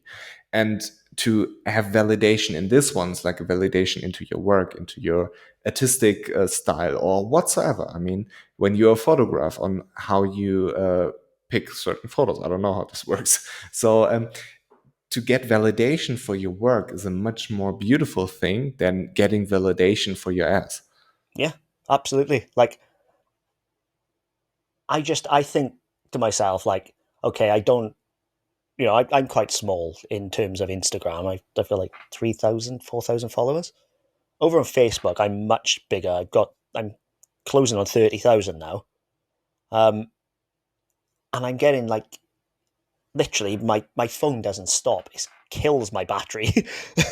But I'm like, every day I look at it, like, it sounds really cheesy, but like, I'm really thankful for it because I'm posting something that people are engaging with and making you think, oh, is this the point of view, or is that the point of view? And like, if it's a news thing, I'm like, oh, cool. People are happy about this or sad about this. It goes through all the range of emotions. It's great, and it's all Yeah. just because we all love this one sport. Yeah. So that for me is far more fulfilling than sitting there looking at your follow account. Yeah. And especially what's nice is if people you adore, like MotoGP riders, for example. I Mm. mean, you and they engage with you and say, "Hey, this was super funny," or "I'm laughing my Yeah. ass," or whatever. This is like for me a very very important thing, and I like it a lot. Mm. And also to the point of your phone blowing up, I have my notifications for Instagram off. I have like on the iPhone you can set a timer, and I have like 1 hour timer for Instagram. So I try to just live 23 hours of my day normally, and then post like a meme and engage with people, and then it's all good. But I don't want to be bad MotoGP memes. I want to be me and then have like a page. Yeah, I know what you mean. Like the only reason I don't set myself a timer is because I might not want to do it on that particular time on that day. Like I the other week, in the 6 week break, I didn't even go on my Instagram for like 4 or 5 days, and I had people messaging me asking me was I okay. Like like people I've never met who the only thing I bring to their life is you know, bike things, and they asking, "Am I okay?" because I haven't posted in a while. Like it genuinely is touching. Like it genuinely is like, wow, thank you very much. It's just it blows my mind sometimes when you actually Yeah. stop and think, like, to go down the rabbit hole of it. How mad is the internet? Yeah, of course. I mean, You know it's what I mean? crazy. Like that you're able to do this shit and reach so many people across the globe through fucking Wi-Fi. It's just Yeah. mental. And Yeah, but I think, thankful for like, it. for example, it's in my case, I like to do a lot of entertaining, funny stuff and not taking things seriously. but I don't want to take this off because there's much more to me as a person. You know, Yeah. for example, in my daily life, I make jokes. Yes, I have some funny conversations. Yes, I like to make people laugh. But there are also like serious things I would like to discuss, and um, things you wouldn't necessarily think about somebody who runs a meme page. So like the different aspects to my personality, and I like that there's like one part of it, but I don't want to take this part and make it my whole personality, Yes. you know. And just for example, like when I do my podcast, I yes, here and there's a joke, but in general it's like serious talk about MotoGP because I like it, and it's not. And I mean, there are so many compliments I've gotten from people inside the paddock, if it's riders or if it's just journalists or people who work in a team, who say, basically, what you're saying, you're correct. So that doesn't mean that I know everything, but genuinely, it gives me a compliment because it tells me, hey, you know what you're talking about. And what you observe, you make the connections to what actually is happening. And to say, you're just a meme page, I mean, would be a little bit, Yeah. would be a little bit less for me, you know? Yeah. I know what you Or mean. not It's a even, part of you, but it's not all of you. yeah, of course. The Yeah. same as me. Like, And like if like, I'm a single man. If I meet a girl, I'm not telling her, like, that's not the first thing I introduce. You know what I mean? I no. introduce who I am, not, oh, look at me, I run a bike page. Like, it's just, it's not thing. Like, I Yeah. absolutely could not give two shits if you know I grow a fucking page or not. Yeah. It's that simple. And I mean, with my girlfriend, I even take a step back on my meme stuff to spend time with her. I Mm. mean, for example, As is right. on Fridays, I rarely watch practice because I rather spend time with her and doing stuff, you know. As is correct. Or Again. I mean, there are so many weekends. I've told you that my girlfriend is like, I don't know how to call it. I would call it like a professional athlete on a horse, like those eventing, Yeah, I know what you mean. the 3 day eventing. She does this, and she's quite good at it. And when there's a competition, I go with her because I want to support her. And then there's a time slot where I'll watch MotoGP on my phone, but I'm not staying at home to watch the race and let her do the stuff. And I was in a funny way mad at her because there was this 5 week summer break and there wasn't any competition at all. And then for the Typical. fucking one weekend where there's Silverstone, she has a competition. So yeah, Silverstone, for Yeah. example, I um, partly watched it at the competition, partly watched it at home because due to the time difference, it worked out quite well. But like most weekends, I get up at 5 a.m. in the morning to go to the stupid stable and load the horses onto the truck and then drive somewhere, watch her ride, and then drive home. I'm completely exhausted, but I like to do it because I like to Yeah. support her. And this is Well, it's so worth much it then, isn't it? more important to me than watching qualifying at home, you know? Mm. Well, that's it. Like I do watch practice, but it's I work from home. Like my day job, I work from home, so it's perfect. I just chuck practice on in the background, job done. But like Saturdays, if I'm with the kids, I don't watch. Yeah, Sundays I will watch the racing, but luckily they love it as well. So we'll that's good. like if we're if it's the morning, like Moto 3 for whatever time slot it is, like we'll have breakfast in bed, we'll all have a snuggle up in bed, and we'll watch Moto 3. Like Yeah. my daughter loves it because Anna Carrasco's in it. You know, it's Anna, and then I fucking hate Ana Carrasco. well she loves it because it's a girl racer. Yeah, but to me, Maria Herrera is such a better option. It's yes, but again Why don't you put Maria on it? It was so easy. because 500,000 euros, but that's by the by. Yeah, And then that's the dark side of MotoGP yeah, again. and Boe, Joe Jose Boe is a greedy motherfucker, but Yeah. again, that's by the by. But the fact that she is in the paddock and my daughter watches because she wants to see Anna, that in itself almost makes it worth it to me. Like, I mean, I can totally understand that. I mean, it's difficult from my perspective as a man, But I've heard from a lot of women that it's important to have women in certain positions that young girls can look up to. And I totally subscribe to this idea. I just don't subscribe to Ana Carrasco.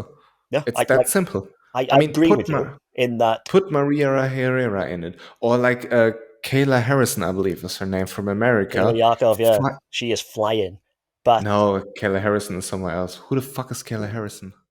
not Sure. in. Oh yeah, she's an MMA fighter. Yeah. Close enough, close enough.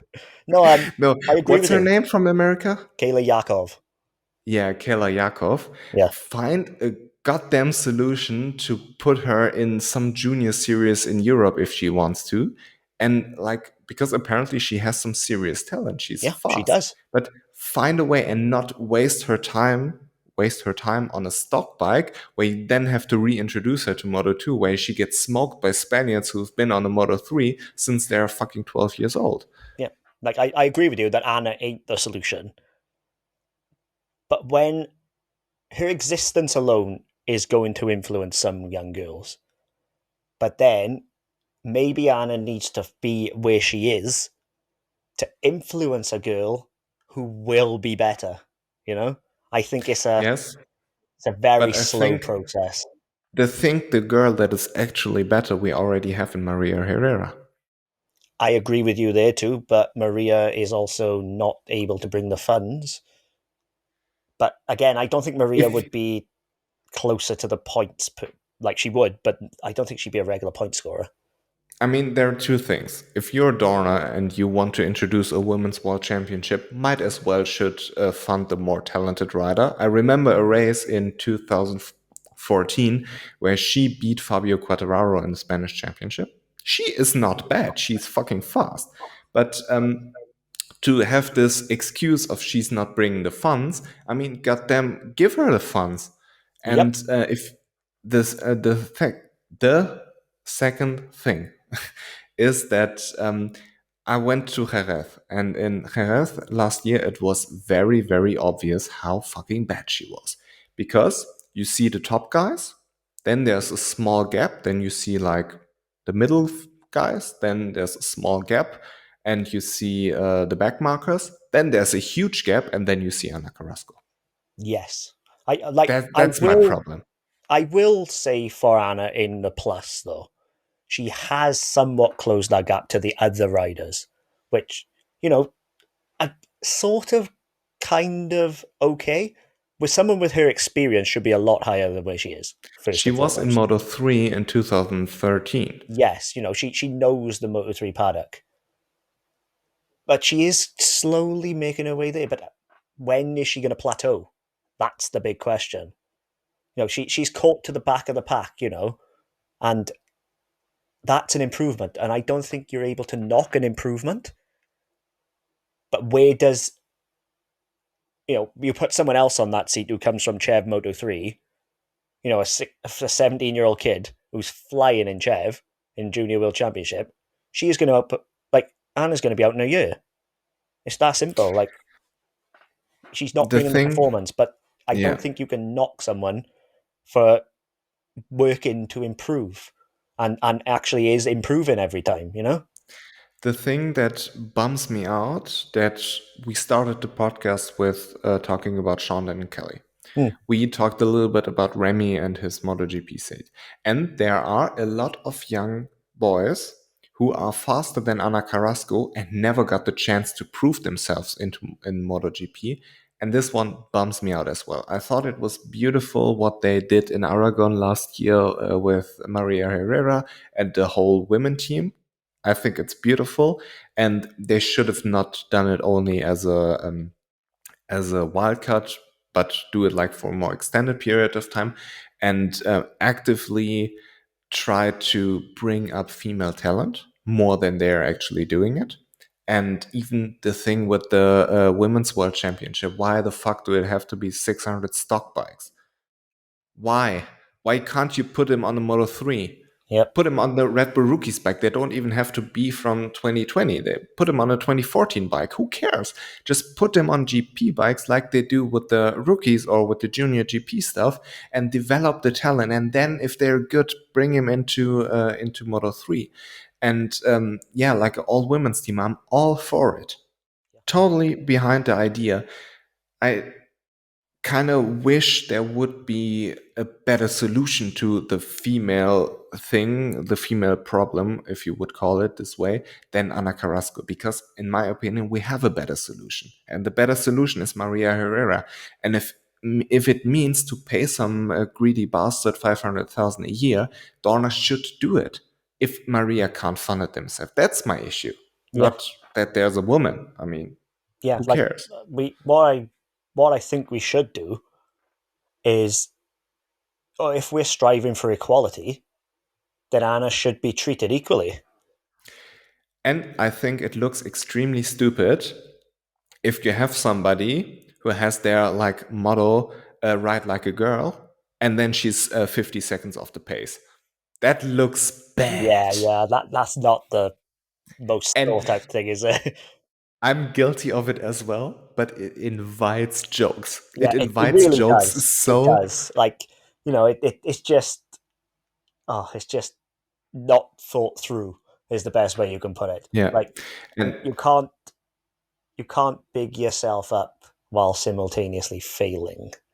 yeah. But then, as And I it said earlier, is it failing if she's improving? So it's a tough one, very tough one. it it worked when she was world champion in the SSP 300 class, but it just don't work. It doesn't work anymore. Yeah. And like we talked a little bit about my girl, and in the equestrian sports, like the European Championships were this weekend, you see men and women competing at the same time. And I think it's, from a theoretical point of view, it's not different if you have a horse underneath you or a bike. It's Mm. like, it's not like sprinting where men have a huge advantage above women. Yeah. It's not like this in eventing, and it's not like this in motorcycle racing, or not to the extent, I would say. And it should be a way, like in a perfect world, where women can compete with men on a motorcycle. Why not? But it won't work if you don't have a good youth program to bring up girls. Like a female world championship is a great idea, but do it on Moto 3 bikes. Yeah, and the other thing is as well, like statistically speaking, it's going to be 95% boys who are racing bikes regardless. So Yeah. the pool you're fighting in is so low to start with that you can't afford to make mistakes in recruiting those kids who are fast. Like what Angelus are doing, what Aurora Angelucci is doing at the minute in Chiv, bringing through a lot of young girls, is brilliant. Maybe one of those is, two of those make it, but that's still a bigger pool than we've had. And, Angelus are at the forefront of this, and they really need to be applauded for that, because they are And actually making a difference at grassroots level, on the Ovales and Chiv level. That's how it should be done, not throwing someone on a Supersport 300 bike and expecting them to be able to ride a Moto 3 bike after. Don't work that that's way. Absolutely that's the not. problem, because if you have the women's world championship, and let's say a girl wins it, I mean, somebody has to win it, and you put them into GP, they're going to look so bad, because you can't put someone from a stock 600 on not like a really stock, but like a world super sport 600 thing on a GP bike. Those are totally different worlds. But if you could make the women's world championship like on a Moto 3 bike, for example, or do it or like on a 600 Honda Moto 2 bike, you Yeah, still have those, yeah, use them. literally. And make the women's world championship on this one, or maybe have two classes like a Moto 3 and a Moto 2 class. And then the winners should get into the GP period, but then they have already the experience of it. And while thinking about it, this brings me back to the whole point from the beginning. And I think that people like Sean Dillon Kelly, or like in general, people who are coming from America or from road racing in the UK and want to get into the GP paddock, the Spanish Championship with the Moto2, what they're doing is an exceptional way to get used to it, but without having like the pressure of a world championship. So, but I've heard that the fundings in the Spanish Championship in Moto2 is horrible. You have to pay for everything yourself. But Yep. if we could get a solution that maybe Dorna or an American racing team puts fundings into this one, like a Rocco Landers, for example. He's a very talented young kid, but you can't expect for him to pay all of it by himself. If you want to have an American racer in Moto2 or MotoGP down the road, you should invest in it now. Yeah. Like, well, it's funny you should mention the Moto2 because I do actually know how much you need to pay to get into SAG in not even World Championship, in European Moto2 Championship. And I will just say it's north of $200,000. I've heard 300,000 the first Well, I know season. the exact amount, but I'm not saying because for obvious reasons. But yeah, it's north of 200. And We can play a little game. Is it north of 300? no, it is not. It's Is it between north 200 of and 300. Let's say that. 250? Yeah, between 200 and 250. And that's all I'm giving you. 275? No, lower. It's between 260? 200,000 and 250,000 euros per year. And Okay. that does not even include crash damage. Oh, Just for a European Championship Moto2 seat. Not a World Championship, European Championship Moto2 seat. you said crash damage, and I've had a very, very interesting thought the other day. Mark Marcus is getting 25 million from Honda. What do you think? How much crash damage comes on top of those 25 million? How much Whoa, is like a typical Mark Marcus crash worth? six figures bare minimum, isn't it? I think so. Just like I if mean, he a has a moto. big one and he bends everything, you know, oh God. How much does a MotoGP bike cost?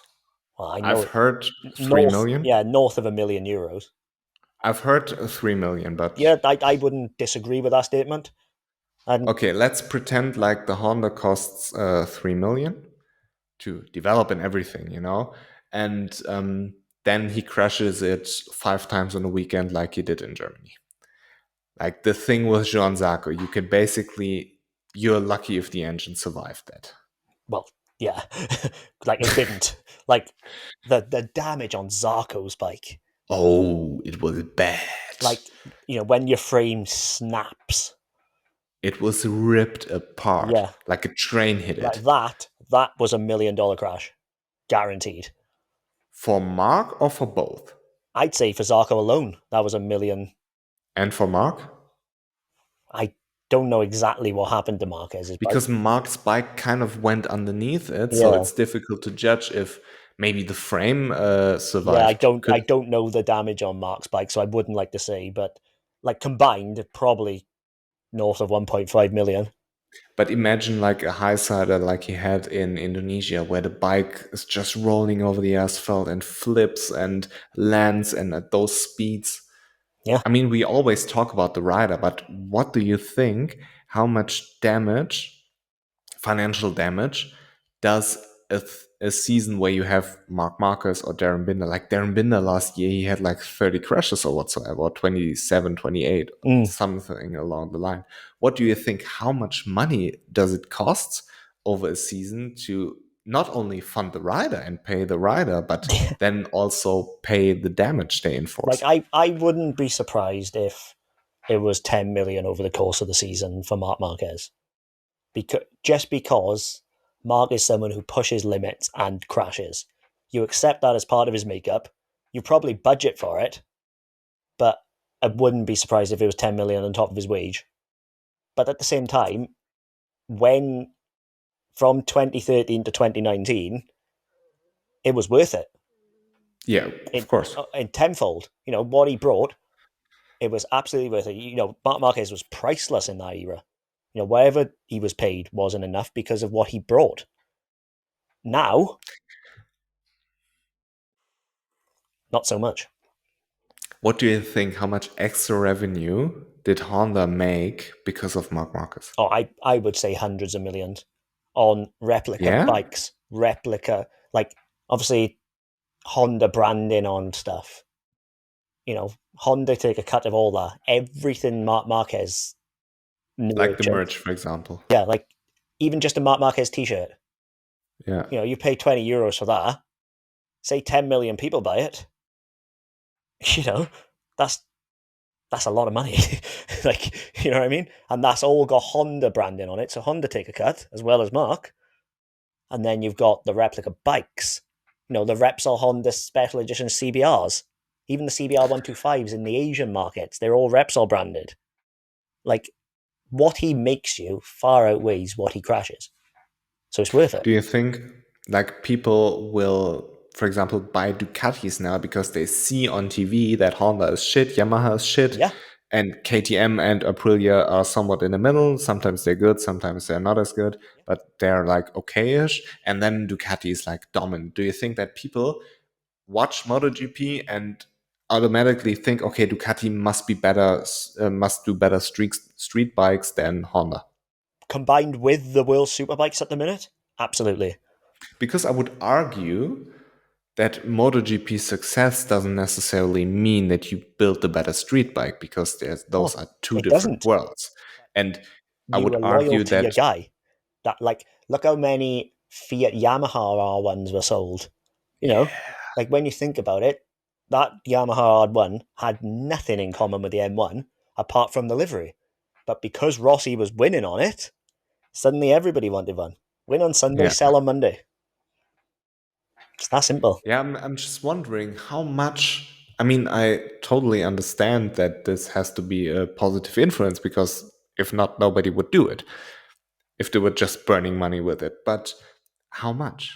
That's like the thing. But you will never know, because It must be enough that it makes it worth it.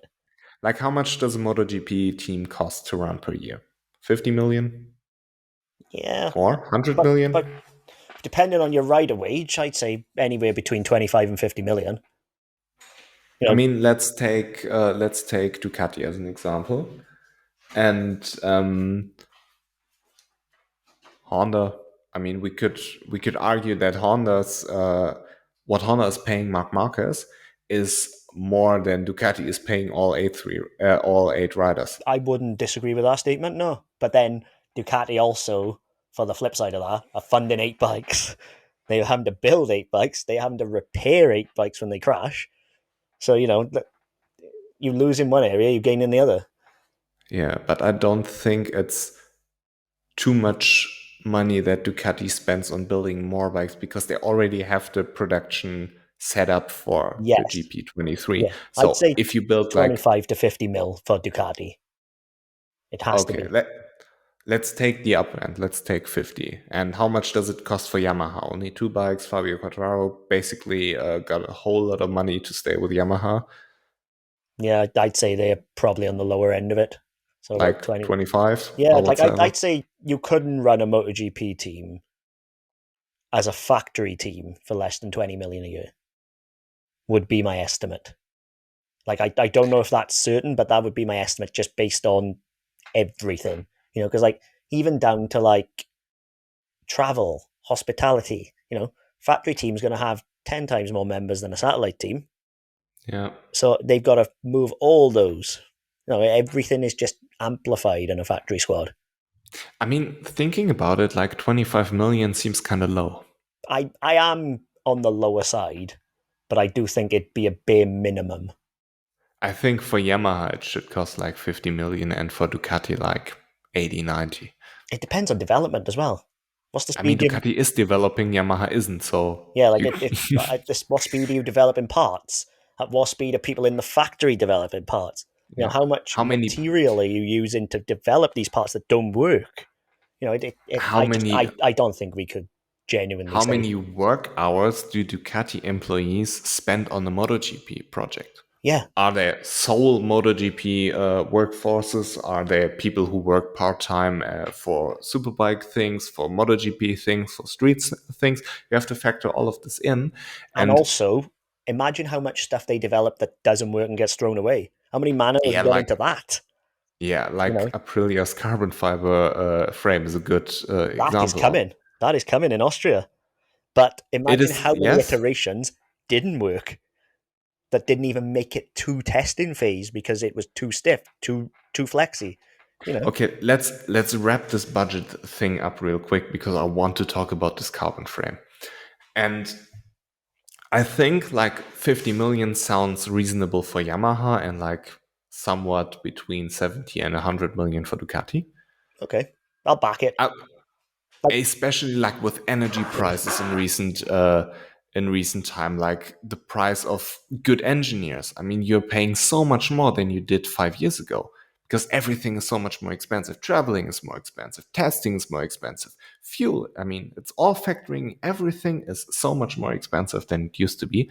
And I think that Ducati, with all the Audi and then Volkswagen backing behind it, they don't have an issue paying this. But um, do you think like Ducati's value or Ducati's MotoGP team combined with the Superbike team adds like above 100 million plus in revenue? every day of the week. Yeah, Yeah, yeah, it's because that simple. I mean, It has it makes it has to. it has to be, yes. But thinking about it, like how many people say, okay, I'm going to buy a Ducati now because they think Ducati is the better But motorcycle. they don't necessarily go out and buy the Ducati because it's Ducati. They go out and buy the Ducati because they're a Pecco fan, because they're a Jack Miller fan. Who the fuck is a Pecco fan? Yeah, you know what I mean. Like they're a Jack Miller fan, they're a Bastianini fan. If you were a fan of the rider, that manufacturer then normally translates to your street bike. Yeah. Obviously started it, and it does seem to continue as a go. Let me quickly let the dog in, and then we will talk about the Aprilia carbon fiber chassis. You carry on, buddy. Oh, oh, Hello. thank God I did do it right. I was just bricking it then because I've just uploaded a new profile picture on my personal Instagram, Oh and I no. shit myself because I thought I put it on the page, but I haven't. So, all good. It happened to me once. I posted a meme on my personal page. Yeah, like I'm so scared of doing it that I don't tend to touch my personal much. And I would like to talk to you about the carbon fiber thing while I'm cuddling this fluffy bear. Cute as hell, Fifthly. Yeah, Peanut's so beautiful. She had something on her eye, and what are you doing? That is one Yeah, cute dog, to be fair. yeah. But she had an excitement day. I mean, she went to the stable this morning, and then like the neighbor's daughter came over, and Yeah. Peanut and children is always a little bit difficult because for whatever reason she hates children, Oh, and we don't know why. I mean, the breeder we got her from, she's a widow and she has like a boatload of cats and dogs but no children.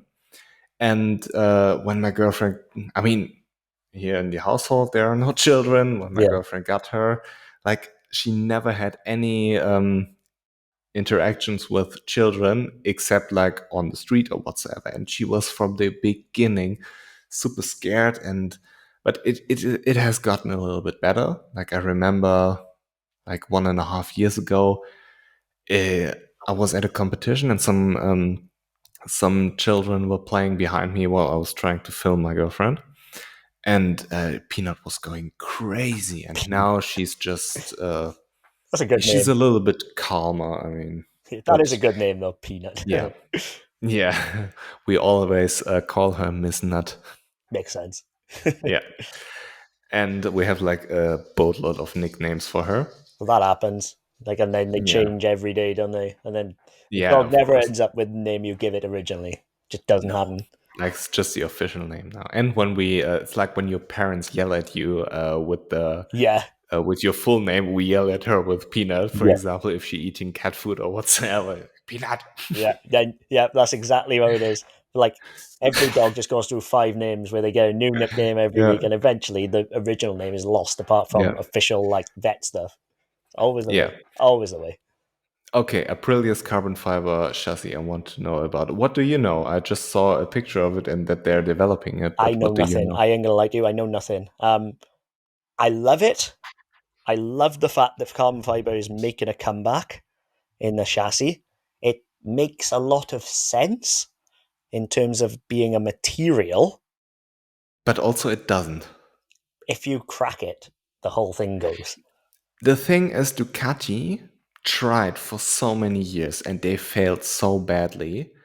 Yes, And but then, I mean, Ducati had basically like the same philosophy like KTM has. Like KTM has the steel frame, and and Ducati had the monocoque chassis. They brought it into MotoGP, and it just didn't work. it didn't And work, but they also did not have the engineering expertise at the time, nor the designer to pull it off. If they had I had would, Gigi at that time, not Filippo Preziosi, they would have stood a much better chance because Preziosi was a genius, an absolute mad genius, much like Gigi is. But he was so stubborn when it came to that carbon fiber monocoque. Even though it was clear it didn't work, it was too stiff. It wore the tires too much. It was just not right for the time. Now, with the advancements we've made in carbon technology in the last 20 years, I think it could be a better material than aluminium or steel. It has to be perfect. Don't get me wrong.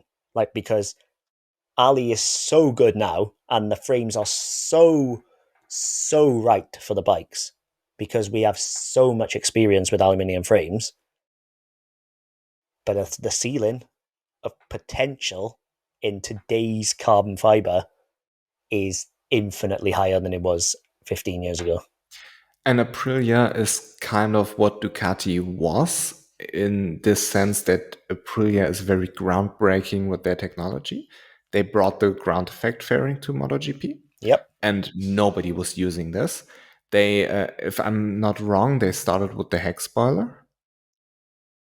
Yeah, they did Like, do the spoiler, but I think the yeah, Stegosaurus came first. I'm not quite sure I about think it. the Stegosaurus came Misano 22, and then I think the spoiler came Asia No, 22. this But I could be wrong. Don't quote me on that one. I think they took the lead from the Stegosaurus, but there's potential that they may have had a spoiler of their own before, if that makes sense. without knowing anything about it, it would look stupid to go from a Stegosaurus to basically a T spoiler. Yes. It like logically would start with, okay, what works on a car?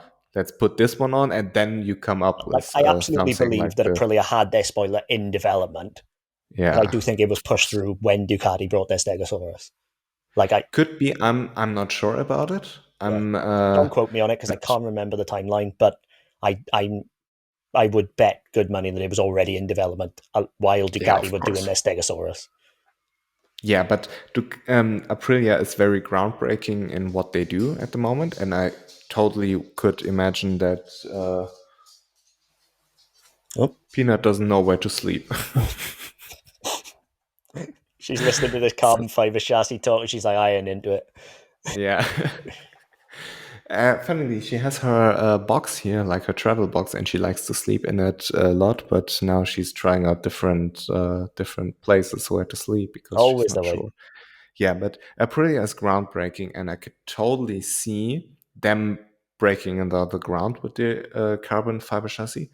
But it's a very big risk because what if it doesn't work? What if you run into the exact same failure Ducati ran into?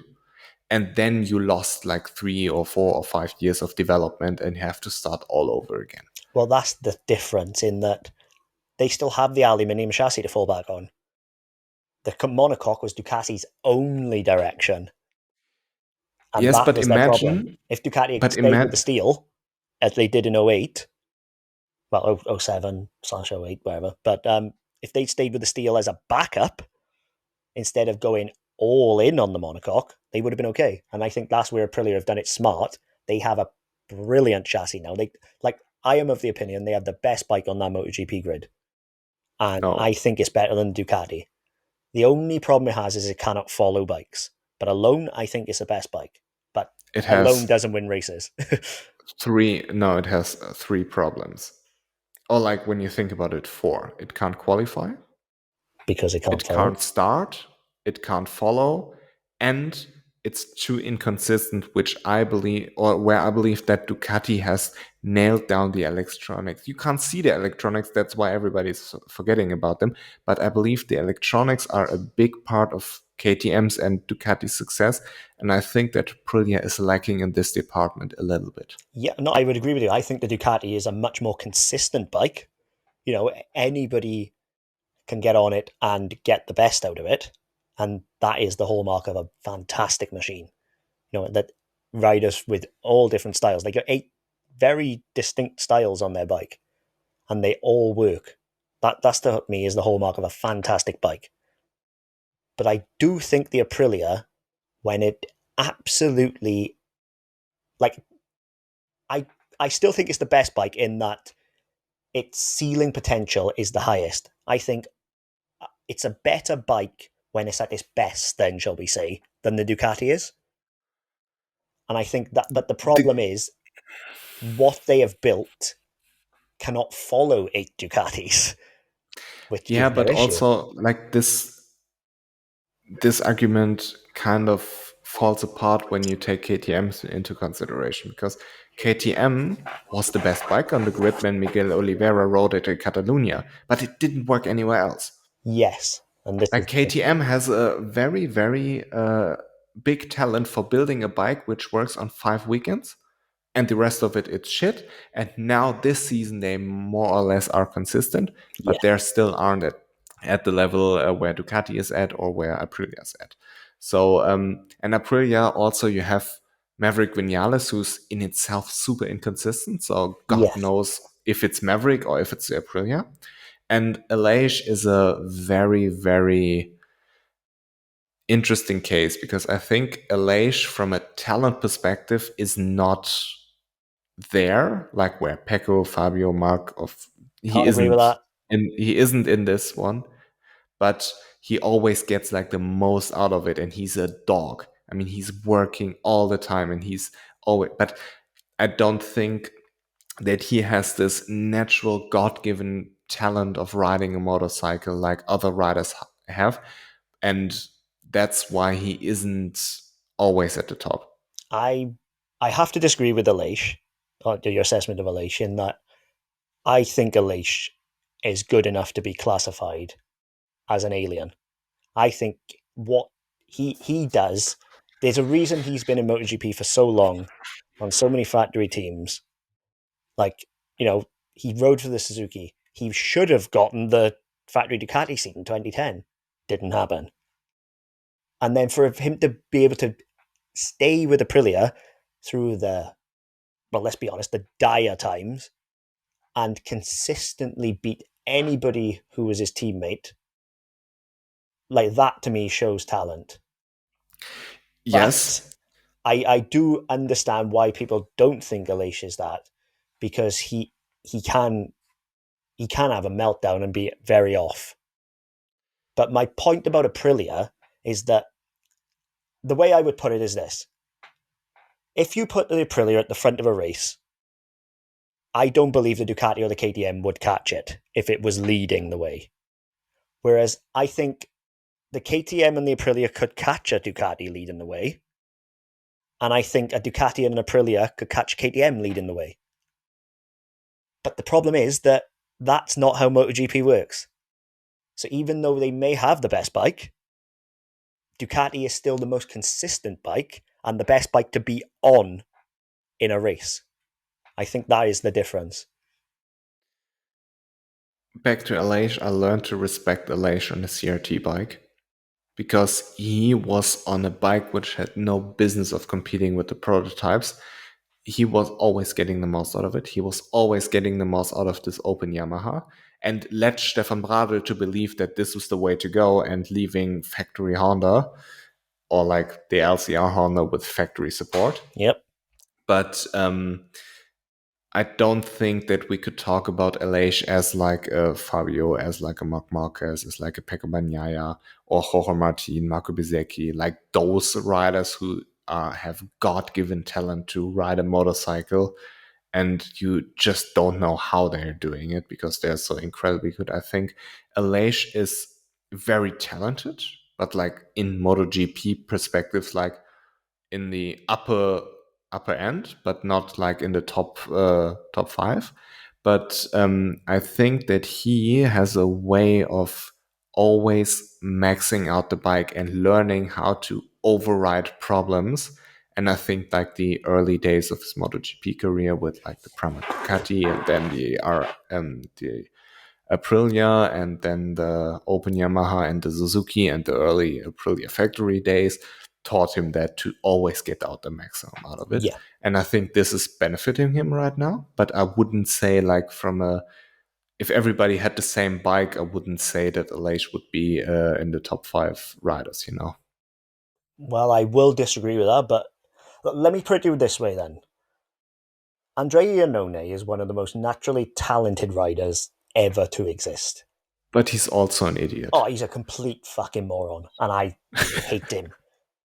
But in terms of pure, sheer, natural talent, Iannone is one of the best to ever exist.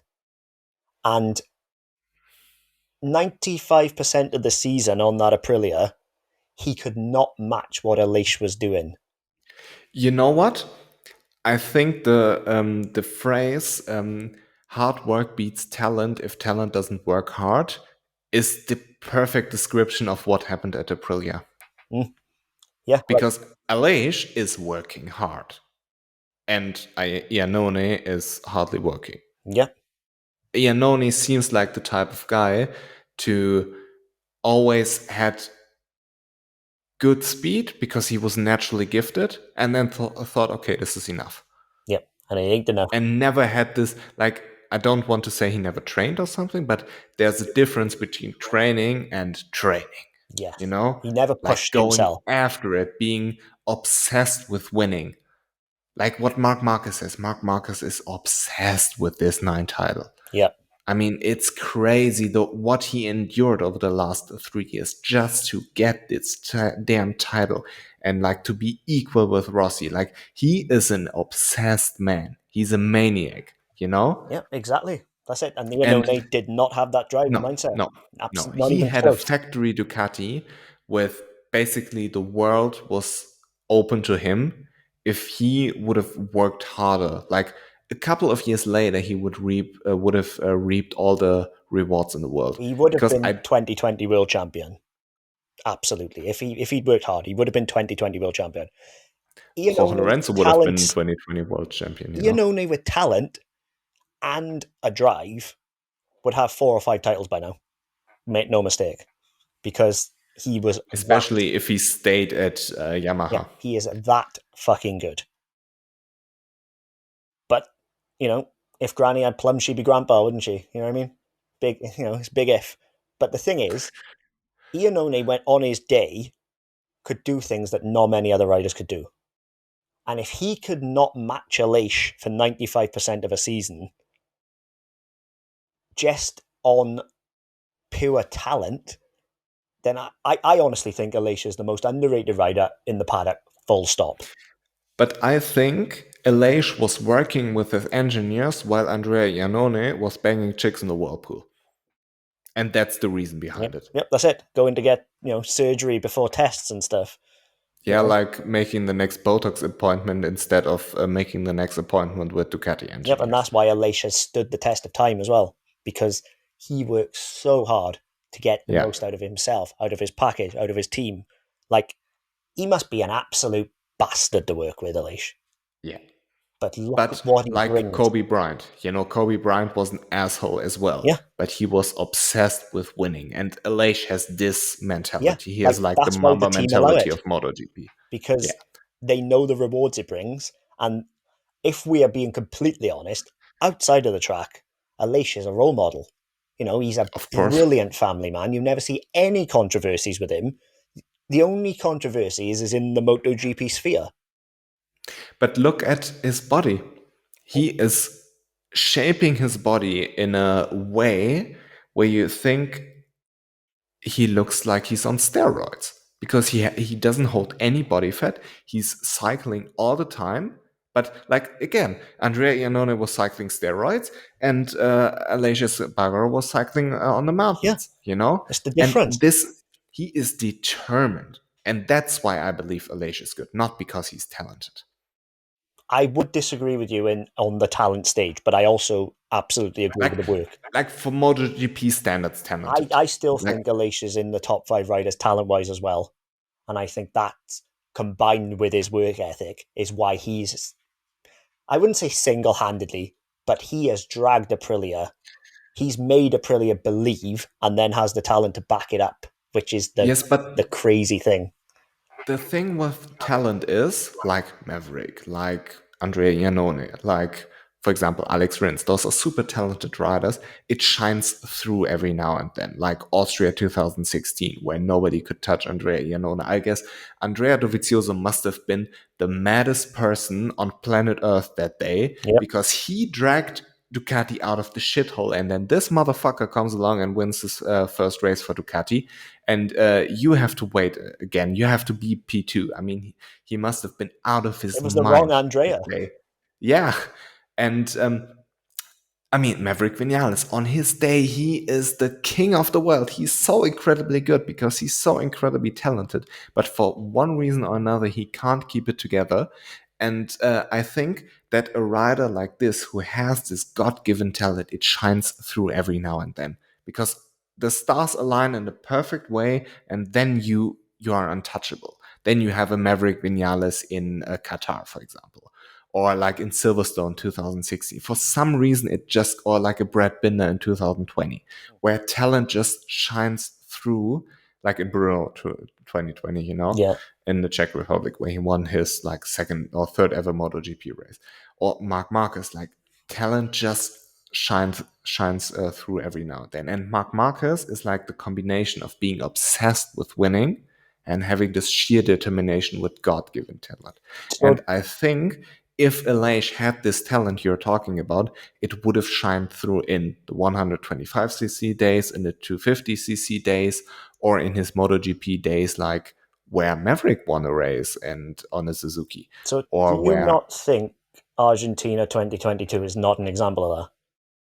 yes, it is an example, but it was a little too late because then I think this whole boatload of work and determination just got the best out of him because he had now an incredibly good bike, which the Aprilia works on some tracks and is unbeatable, like in Silverstone again, or in Argentina that day. But he has the opportunity to get the most out of the best bike on that day, and then he will win the race. But he lacked this, for some reason. I don't know why he lacked this. Let the talent just come through and win a race, where against Or, all odds. or as exactly the same point as what you're saying, has he never had the package to show his talent until now? I think in the 125 or 250cc days, he should have won at least a race if this I was true. know his 250 was a 3-year-old 250 when it was current.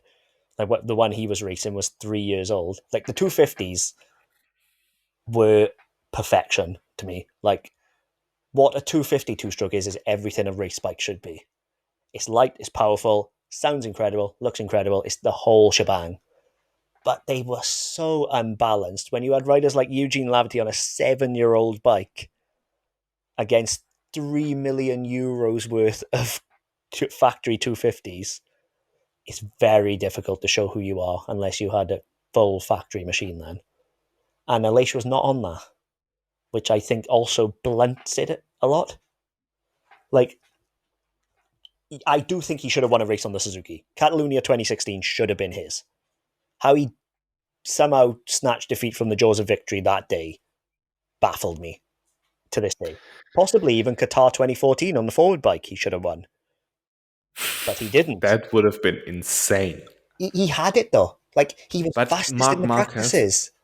Mark Marquez in 2014 was on a different planet than everybody He else. I was. mean, this guy lost it all in turn one, basically. Just came back, overtook the whole field casually, won by like 5 seconds or If whatsoever. Aleix had Or in, gotten that pole, that he should have gotten twice, might I fucking add, because he crashed it on both fucking pole times. If he had got that pole, he would have won that race. But he yeah, didn't. if your aunt had balls, she would be your uncle. Exactly. That's the thing, innit? It's like But the fucking carbon fiber thing I want to talk about. I don't. I'll be honest with you. I don't have the knowledge of it enough to But fully discuss it. I would like to imagine a little bit, like, what do you think would be the benefit of a carbon fiber chassis? In my eyes, it would be the feel of the chassis because carbon flexes differently to metal. So whether they can bring that feel enough because it is a stiffer construction, I don't know. But there must be something they are doing in it. It might even be half carbon, half titanium, because that's what they're doing now. They're doing carbotanium, which is carbon weaved into titanium. Like, sounds mental, but like, there's no reason they couldn't do it with aluminium, I guess. Maybe, maybe not. But like, it may not even be a fully carbon chassis. It may just be a carbon fiber composite with something else. Like, we don't know enough about it to make an informed decision, in my opinion, because we've seen one picture of it.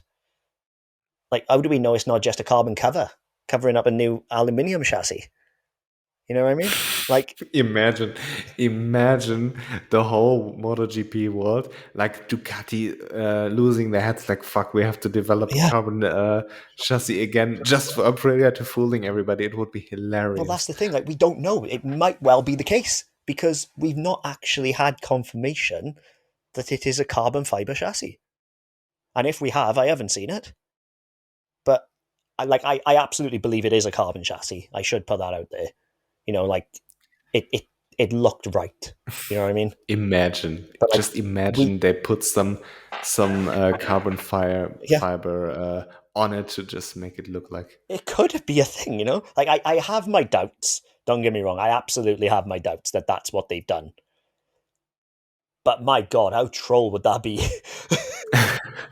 But like, if I know as much as I think I know, which I might not, that in terms of tire wear, it could be extremely beneficial. There's a reason they run carbon fiber swing arms now because they're kinder on the tires. If it's a full carbon chassis and it flexes in different ways to the aluminium one, that makes these Michelins come alive. They could have found the formula, but on the other side, it could be a glorious failure, and then they go back to the alley. We just don't know. The thing is, I'm just thinking about my dad because my dad always had cycles from steel frame cycles. And then aluminum framed cycles came along, and then carbon fiber cycles came along. And he basically always told me, don't ever buy a carbon fiber one. It might be lighter, it might be better, but if you crash it once, the whole frame will be broken, and you wasted 5 to 10,000 euros of your money because it's just not worth it for somebody who's not like a Tour de France rider. And thinking about this, like, what if you just lose the front a little bit, crash, and then you have like a tiny broken part in the carbon fiber chassis? How long does it take to strip everything down, pull the engine out, put it back together, and then have the bike ready? Like, Oh, is that's this it. suitable for racing? I mean, it could be better on lap times. I mean, sure.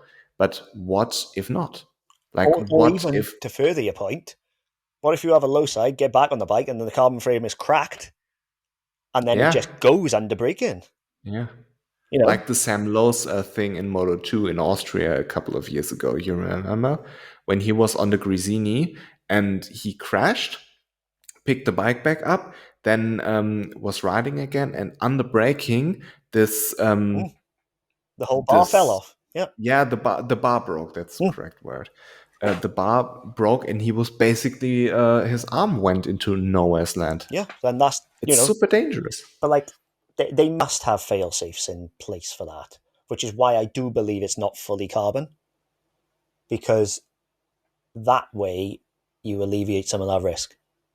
Like, I'm no engineer. I couldn't build a bike, but if I know as much as I think I know, it the benefits of it are behavioral as opposed to anything else. I don't know if I read it on your page or somebody else's page, but basically, the IG post was this picture of the carbon fiber frame. I never posted that, And so it can't be me. okay, so basically, what was said is the variations you can do with it is limitless, and you can do everything. And with aluminium, you're more or less limited on what the material gives you, because you can't do whatever. And with carbon fiber, you basically can do whatever. But the thing is, the stiffness. Is it suitable? I mean, we all know that GP bikes are incredibly stiff. How much stiffer is the carbon fiber, and what does it do for you? Because at some point there is a too stiff. Yeah, stiffness And takes away from feel. yeah, and then the crashing point. This is very, very interesting, because when you crash, and like, I never thought about it. What you say, what if you pick the bike back up and then it just snaps in half? It's dangerous for you, it's dangerous for everybody else, because it's super unpredictable. Imagine you open the throttle and the thing just breaks, or Yeah, you brake and go into the corner, and then well, that's what I was thinking, your more on the fork brakes, just, because the lateral G's they're pulling on those brakes. If yeah, there's one crack, like cars now, where you can have carbon fiber wheels as an option, you curb that wheel, you have to replace the whole thing. yeah, The frame would be the same, which is leads me to believe it's not fully carbon. Like, could I'm make open to sense. being wrong, but I would suggest there's some form of a weave in there. But again, I'm really looking forward to seeing if it does come to Austria. Apparently, it will come to Austria. And if that is the case, I am really looking forward to seeing what becomes of it, because honestly, that could be the biggest step we've seen in MotoGP since Wings. What it could bring in terms of development potential is outrageous. And then, Because you can do whatever. yeah, and like think of what someone that might have Ducati can do, who've smashed it so far with everything they brought. You know, like if they pour their resources into a carbon chassis, which I'm sure they already have. I'm pretty sure every single manufacturer on that grid, even Suzuki, probably tried a carbon fiber chassis somewhere down the line. Except Yamaha. Even Yam, I'd say it'd probably be a cheap carbon, I but mean, Yamaha didn't even develop the aero. I mean, I watched Brno 2020 recently, and then I saw Frankie leading the race, thinking like, "Huh, this Yamaha looks similar." yeah, but I think that's partly down to Yam, partly down to Fabio's development plan, because he keeps going backwards to the 2021 and 2022 bikes. Yeah, but what's he going to do if the thing is just not fast enough? Going backwards ain't the option for me. I just Yeah, but I mean, I remember in the test I talked with Jack Gorst about it, the guy yeah, from yeah, Dorna. Yeah, absolute stud. I like to talk to about him. I like to talk to him so much. And basically, what he said, the race pace was good on this big arrow thing, but they couldn't get one lap pace in, and they were like 19th and 20th on the timesheet when people were trying their qualifying pace. And what's the point of having a good race package if you can't overtake? Because the thing lacks horsepower, it lacks rear grip. You can't get close enough. I mean, forget the whole braking and front tire thing at the moment. You can't get close enough on a Yamaha to even overtake. yep, And then you have those big ass wings who just slow you down even further. And you have you're starting from the last row. I mean, yeah. It's not. It's the Aprilia problem. yeah, but Aprilia has at least a one lap pace more than Yamaha. Yeah, more than Yamaha. But like, I mean, a 1974 built Taco has more one lap pace than a Yamaha at the minute, so that's not a high bar. So Yeah, but we are talking about Yamaha at the moment. So, I mean, I don't necessarily think that it's Fabio's fault alone, because he also came out and said that Yamaha gives him this 10-page PDF and only satisfy half a page of it.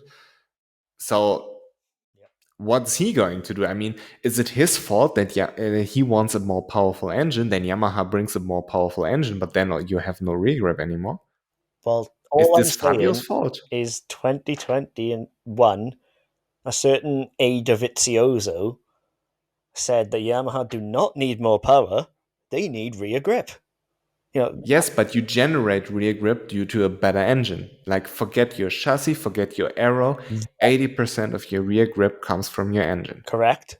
But And if he's saying, if Dovi, a man famed for development, is saying you need rear grip, or Fabio Quartararo, who has gotten on a ready-made bike and won a championship, has no development skills whatsoever, says, no, just give me more power, fuck the rear grip, I know who I would have I listened to. I don't think that Fabio is that stupid, Yeah, like I know because I'm paraphrasing, but you know where I you mean. can, yeah, but you can have all the power in the world. Like, you can have an F1 engine inside a motorcycle. If you don't have rear grip, it's Just spins. worthless, because like, you have to have rear grip. But like, on a motorcycle, the power development, the way it gives power to the rear wheel, I mean, for everybody you have to understand it, like, in super slow motion. There's those pistons who go up and down, and the wheel isn't turning consecutively. It's like little hits, but so close together that it seems like it's turning, but it's just hits from four pistons who just go up and down. Then you have like the Screamer engine, who has like two pistons simultaneously going up. So you have like the, and Yep. with the Big Bang you have four or various different firing orders. You have bup, bup, bup, bup, bup, bup, bup, and that's where those weird sound. Then you can play with the firing orders, and you have to have a very smooth but linear power development Yes. inside the engine. And like, the engine characteristic is the most important thing, because we can't use the power anyways. I mean, the electronic is cutting half of it out. We have such a tiny amount of grip on the asphalt. It's not about power. Everybody has more than enough power. What you need is power to the ground. You need rear grip. You need a Usable good power. engine character. Yeah, usable power. So basically, you need an engine which allows you to accelerate in the smoothest way possible without the rear wheel losing grip. That would be the ideal scenario. If 100% of the power the engine generates is transferred to the tire, to the road. But then you have like a amount of slip you want to turn the bike and to accelerate, because there's, if you have zero slip on the rear wheel, it's not good either, because then you're accelerating too slow. You need like a tiny amount of it, but you need to balance this out. Yep. So You need slip to engine, turn the it's bike. yeah. I think power is always like the thing which is brought to the public, as we need to make it as simple as possible for them to understand in a way. But I think MotoGP MotoGP manufacturers would happily trade 50% of their horsepower if they get the perfect engine who has this 100% power to road ratio I just Yes. elaborated on. Like, Like, obviously, forget that is 300 impossible, horsepower. first and foremost. Yes, it is impossible, but a hypothetical Yeah, yeah. scenario. Imagine 150 or like 200 horsepower, like a road bike has, with 100% of this power being transferred to the road. I mean, fuck 300. If you can't, if the electronic is cutting half of it all the time, then But I what's the don't point believe of the it either? electronics are cutting it as much as you say now, just because of Aero. Aero is now forcing the bike into the ground. Ride height Yes, devices are forcing the bike yes, into the ground. So now I think power does actually matter, because now with the Aero, with the ride height devices, with everything that you have as a package, just having the one job of forcing that bike into the ground, making the contact patch as high as it can be, suddenly 20 horsepower loss might make a difference. but still 80% of your rear grip comes from your engine. So if you have 20 horsepower more, this might be cool. Like on a track like Qatar, when you go into those really high speed sections, then it's cool to have those 20. But you need still an engine which is characteristically suitable for a bike, you Yes. know? And that's basically my whole point. Of course, is power always is good. Every rider wants more power, but they want power they can use. Yep. Well, I think what Fabio meant, honestly, was I want more top end, not I want more power. Yeah. It's that And simple. I think behind closed doors, this was communicated because I don't think Fabio is that stupid. No. Like Fabio is a very intelligent rider, but he's also not a proven developer. Yeah, but how? He's younger than me. Yeah, like I know, like I'm not criticizing him in the slightest. Don't get me wrong. Like it's not a criticism. But if you were choosing to listen to him and his direction over Dovizioso's suggestions, and then wonder why you're in a mess. But the thing is, Yamaha isn't necessarily notorious for listening to like all the Japanese manufacturers. You can have the best riders in the world if you're not listening to them, but just do what you think is correct. That's why Ducati is good, because Ducati has 8 bikes on the grid and they listen to every rider and say, I don't need to listen to the fastest rider. I need to listen to every rider because every rider will give me valuable information, and then the fastest rider will make the most out of it. Yep, that's it. That's why That's the way to go. even DG gives direction to Ducati. Of course. And like, And oftentimes the best understander of something isn't the best at doing it. yeah, like I for one think that actually Ducati are an example. People detract from it and say, "Oh, they shouldn't have 8 bikes on the grid." Like, who gives a fuck? Like quite Honestly, simply, yes. because Honestly, I get so annoyed of this. like if they are prepared to, one, put 8 bikes on the grid so that the grid is not empty, and two, provide 8 bikes that are capable of podiuming, pole positioning, or winning, which they all are right now because they're either GP22s or GP23s, and then three, putting riders on it who are capable of winning those. The only 2 riders I would say are not, consistent race winning potential riders are DG and Zarco. I like to say Ducati has 8 competitive bikes and 7 competitive riders. Like DG's never going to win a MotoGP race, sorry, but neither is Zarco. So swings around a bit. Yeah, but Zarco because he's stupid. He's not stupid. He's just not good enough. Sorry. No, I think he is good enough, but he finds always a way to fuck it up. Like Like, Zarco is invaluable to Ducati. Don't get me wrong. Like he is yes, so good at what he does for them, but don't expect him to win a but race. like Argentina is a very good example. For some reason, half the race, Zarco is nowhere while Bezecchi is building his lead. And then towards the end, he's faster than everybody. He takes what Like, he takes a while to crank up, doesn't he? That's what it is. Like yes, it's wheel spinning. but then you have races where he's good at the beginning and fades towards the end.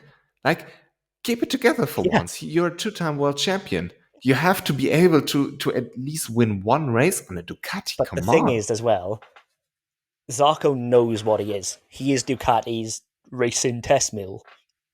Like, Like for me, that is a problem in a way, because I know for a fact that Zarco's settings are never the same race to race because he's trying new things for Ducati all the time. So you can sort of forgive him for not being able to make it last when it's a completely different bike from the last race. yeah, but Silverstone last year, he crashed in the lead while he had like 8/10 of a second of a Yeah, lead. So, I mean, either way, he fucks it up, one reason yeah. or for another. He's never gonna win a race. But what he does bring to Ducati is valuable information, which is why he still got his ride. Because if this was a guy who couldn't give Ducati info either, he would have been out 3 years ago. Yeah, of course. I mean, he's doing exceptional work, but like Silverstone this year, I mean, he goes into the race with a soft, where nobody should ever go into a Silverstone Again, race with a soft. not his But then, call. That's the problem, and then that's what fucks me off. I mean, He's consenting to I basically think be that in tires is Ducati's his bitch. call. That's what he is. No, I think that the race tires are his call. He's doing whatever he wants. on this one, like Enea Bastianini did. He went into the race with a soft as well. And my theory behind it was that they were speculating on rain, which they got, but then they couldn't use it. So I think they speculated on, hey, I will go with a soft, be competitive in the first part of the race, then switch bikes when the rain comes, and then I'm good. But like if Zarco went into the race with a soft medium, like everybody else did, the conditions aligned for him that he could have gone for the victory because he isn't fighting for the championship. Yep. He has all the freedom in the world to go for it and risk it. And if he crashes, he crashes. But for some reason or another, he always finds a way to be competitive at the beginning of the race and then like crash or whatsoever, or be competitive at the end and be nowhere in the beginning of the Yeah. race. Like I have been told by a couple of different people, I don't know how true it is, like that Ducati pick his tires as well. No. Yeah, I don't know how true it is. Don't quote me on it, but I have been told unprompted by more than two people, two separate people. This season? I don't know. It was like, Because I talked with Simon about this, and he basically said that I was right that Zarco is his as Ducati's test rider, basically. But he said he talked with them about what version of the GP23 they want to use, like with the big belly pan, the ground effect thing, or the thing Pecola.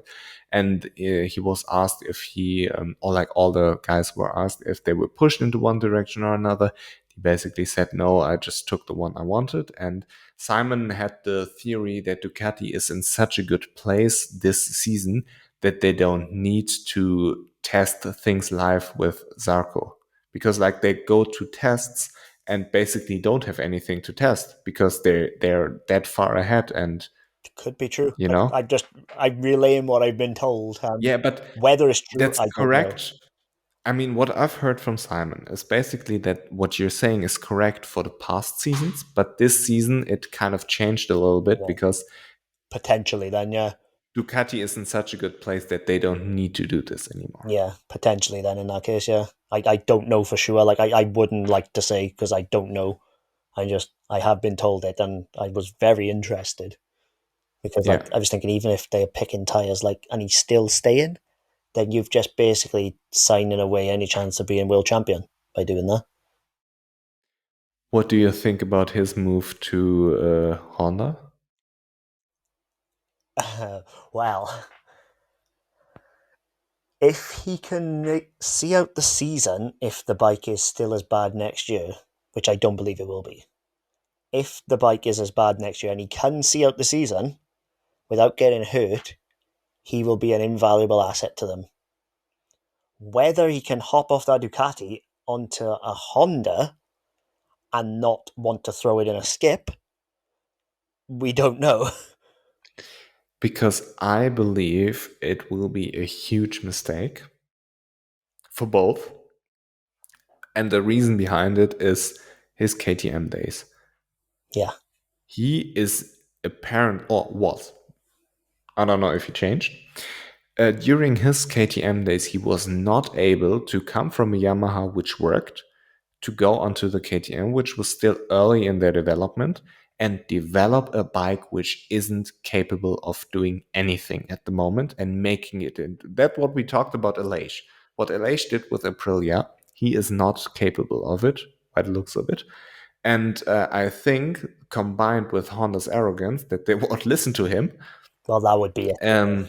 Like that's the Yeah, crux of it is he would need like Rins, I think, has had guarantees from Honda that have not been met, which is why yeah, after 7 races of and a snap body in half, he's thinking, do you know what, fuck this, I'd rather go on a Yam. Quite rightly. yeah, But yeah. I mean, the Yamaha is equally as slow, but not as dangerous. yep, exactly that. Like you're gonna stay on it. And I think Rins is like the perfect man for Yamaha because they wanted to replace Franco. And who was going to leave a Ducati for Yamaha? Well, that's it. Nobody. Who was going to leave like a KTM and all? I mean, I heard speculations about Augusto Fernandez if he was sacked by KTM, But then again, this would have been kind of a desperate situation for him, so understandable that he would have gone to Yamaha. But like a Jorge Martin situation, why the fuck would he do that? And Rins is the perfect man for the job because he comes from an even shittier position. Well, that's it. He's the only man. Well, him, Marquez, Taka, Mir, and no, Joan Mir are the only 4 riders on that grid who could go trade up to a Yamaha. Everybody yeah, else on that grid would be trading down to a Yam. yeah, yeah, that's correct. And funnily enough, I've heard about Alex Marquez going to Petronas Yamaha in 2019, but Lynn Jarvis Blocked it. Yep. basically said no because Yamaha will never sign a Marquez. Yep, that is correct. Fun. Because Alex Marquez didn't have anything to do with the whole shit. Yep, and he would have been good on that Yam, in my opinion. He's a smooth ride. Yeah, I mean, better than on Honda. Yeah, like if he was able to drag that 2020 Honda to 2 podiums, 2019 Petronas bike, he would have been excellent on it. Like his loss was But Fabio's gain, admittedly, but it's like I think they fucked up there. But again, Lynn Jarvis, I think he's past it. He's a relic of a golden age. He needs to go. yeah, But that's that is where it is. Like Lynn Jarvis now, Alberto Puig at the same time. Those two of those, like I get that their hands are sort of tied by the Japanese attitude as well. But this ain't 2010 anymore. You've got yeah. to move with the times. And I think Alberto Puig is like a Marcus guy, and when the Marcus era ends at Honda, Alberto Puig will go as well. Yeah, he will go with him But wherever he goes. with Lynn Jarvis, I mean, I don't know how much more you can fuck up and still rest on your laurels. I don't know how Fabio won this title in 2021. Well, that's It's it. That's beyond the only reason me. he's still in a job. Yes, but that's beyond me how he did that because he was clearly on an inferior bike back then already. But he kind of made it work to miraculous wins in like Portimao and whatsoever. But whatever he did there, kudos to him, but it was not Lynn Jarvis's work. Oh, absolutely not. No, And absolutely not. Lynn Jarvis is still like, how long is he at Yamaha? He must have been at Yamaha when Rossi and I think he's coming Lorenzo up to were 15 teammates. years now.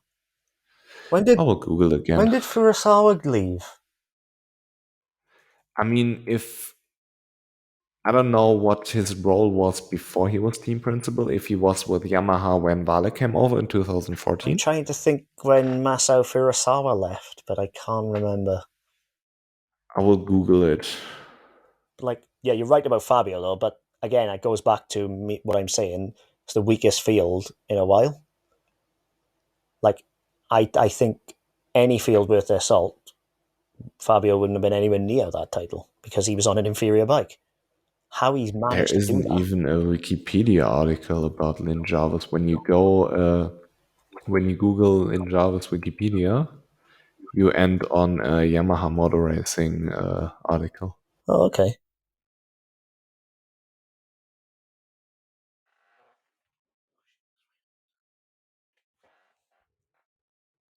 Let's see if I can find it in.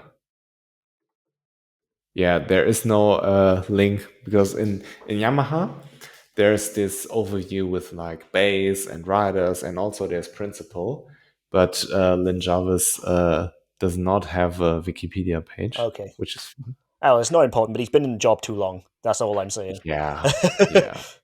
I thought I could find it quite quickly, but it doesn't Yeah. even as Like in I the know it's not Wikipedia an to easy go. job, and but the fact of the matter is, if you take a team principal job on, the buck stops with you. Yes, The team's failure is your failure. and I mean, look at what KTM, Aprilia, Suzuki, and Ducati has been able to achieve while he's still kind of rested on his laurels with the whole Lorenzo and Rossi era. Yep. Like he's riding the coattails. That's all it is. Like he's living on past glories, and he needs to go. I've said this before. I will say it again. I mean, Vinales, when he came to Yamaha, was supposed to be this golden boy of bringing all the championships and bringing the old glory back because Rossi was past it and Lorenzo was gone. And they failed to bring Maverick the bike that worked, I and part will of it is I will part of it defend is Jan on Yamaha. this though, because Part of it is Yamaha, part of it is Maverick, because Maverick is a weird one, I understand. no, because Maverick won the first 2 races. Don't forget of his Yamaha career. Then they changed the tires to a much stiffer construction on the rear, and suddenly he couldn't ride it. The Yamaha couldn't deal with it, and it fucked them. You know what I hate? In-season tire changes. Yeah, I agree. Like, it shouldn't happen. My girlfriend and I, when we were in Most, we talked about Lorenzo Baldassari. How incredible was Lorenzo Baldassari on the 2019 Model 2 until they changed the rear tire from a 190 to a 200? Yep, you were talking to a paid-up member of the Lorenzo Baldassari fan club, yeah? Trust me, I I mean, know. how fucked up was Lorenzo Baldassari after they changed it? Yep, it shouldn't happen, because he would have won that title.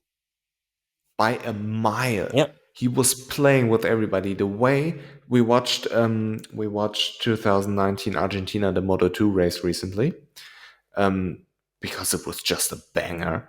And that's like the benefit of the video pass. If you have it, just watch all the races because they're so incredible. And I've forgotten half of it already, so I remember the results more or less, but I don't remember how it actually played out. So yeah, basically, we watched this, and Lorenzo Baldassari was in this cool and calculated role during the race. He was in P4 more or less the entire time, let everybody, because Argentina is like a very difficult track for the tires, and he let Remy and Alex Marquez and who else, Xavi like a Vierge. fourth rider.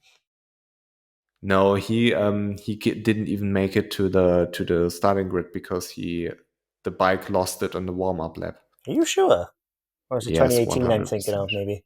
Yeah, but 2019, 100%. I watched it like a couple Carry of on. weeks ago, but I forgot who was the fourth one in the top four. Nagashima. No, it wasn't Nagashima. You sure? Schröter, Marcel Schrotter, Schröter. that's the one. Yeah, I knew it was a those Dynavolt four. cycler. I knew it.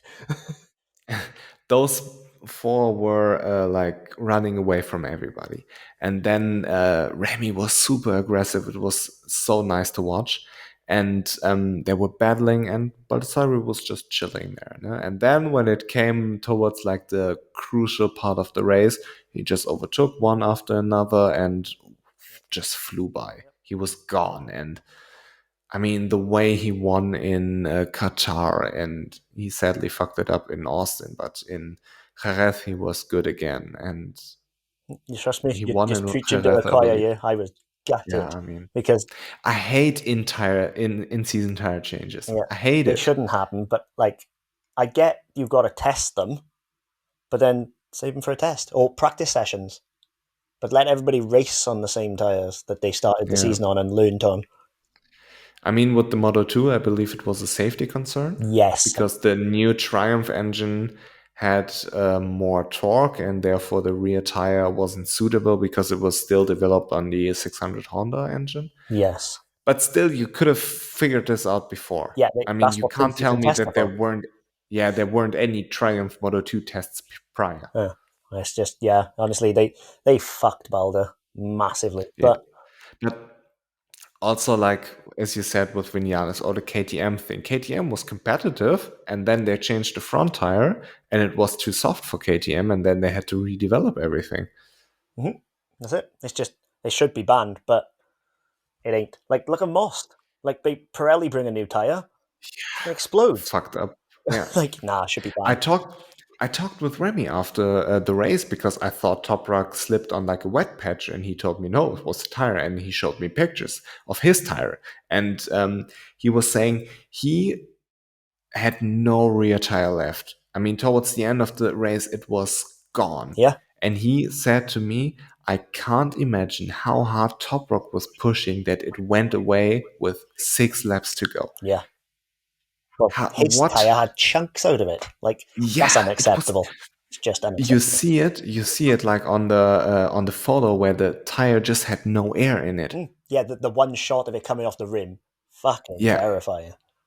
Absolutely, Pirelli, and then they put out the statement like, "We don't believe the performance of riders like Gardner was affected by the tire." Like I spoke to Remy half an hour earlier, and he said the rear tire was gone. I couldn't do anything. Well, how many times have I said this today? Politics. Yeah, yeah. I mean, Pirelli can't go out and say, "Hey, we fucked everybody's race." Yeah, literally. We all know they did.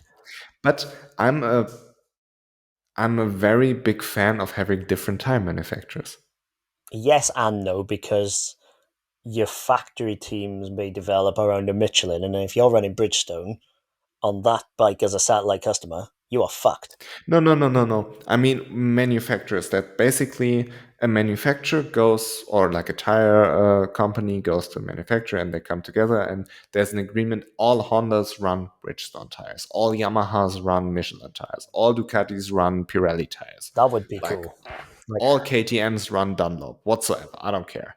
But to come together, that one manufacturer has to develop the tire for one manufacturer, and then you have this competition between tire manufacturers again.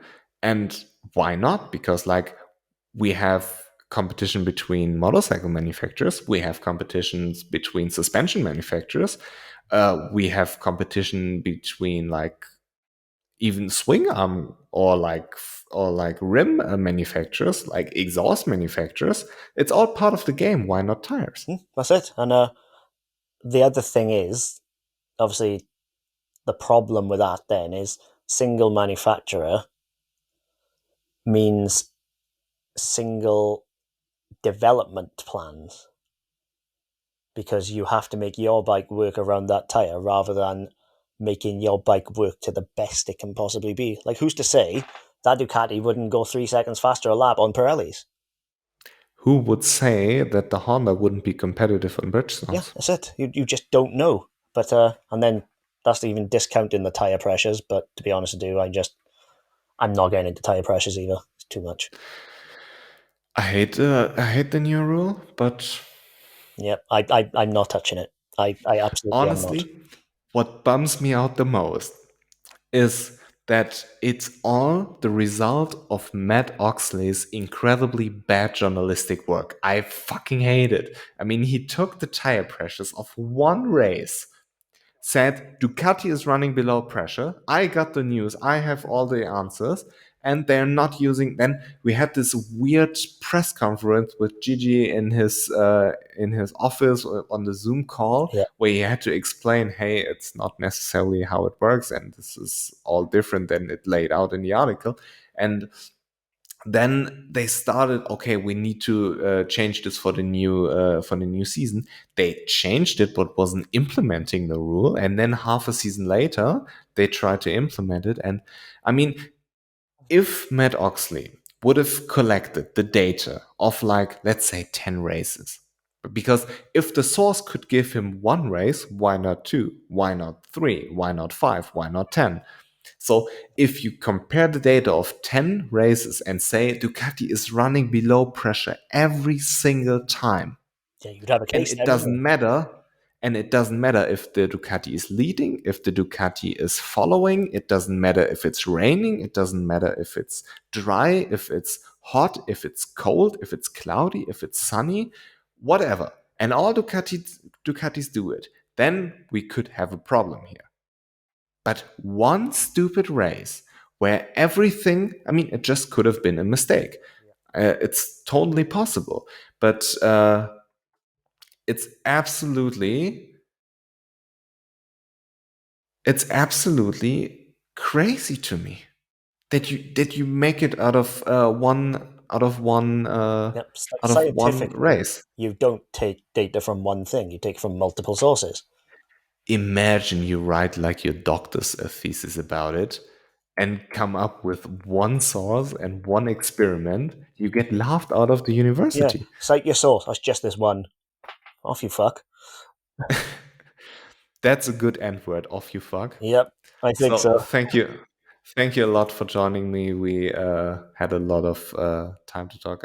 You're the kind of person I could talk to for 5 hours because there's always something new to talk. And I enjoyed our World Superbike podcast before the MotoGP season even started. You predicted Mark Bezecchi, and I'm yeah. I did predict Albert Arenas as well, though, so any credibility up there is now gone.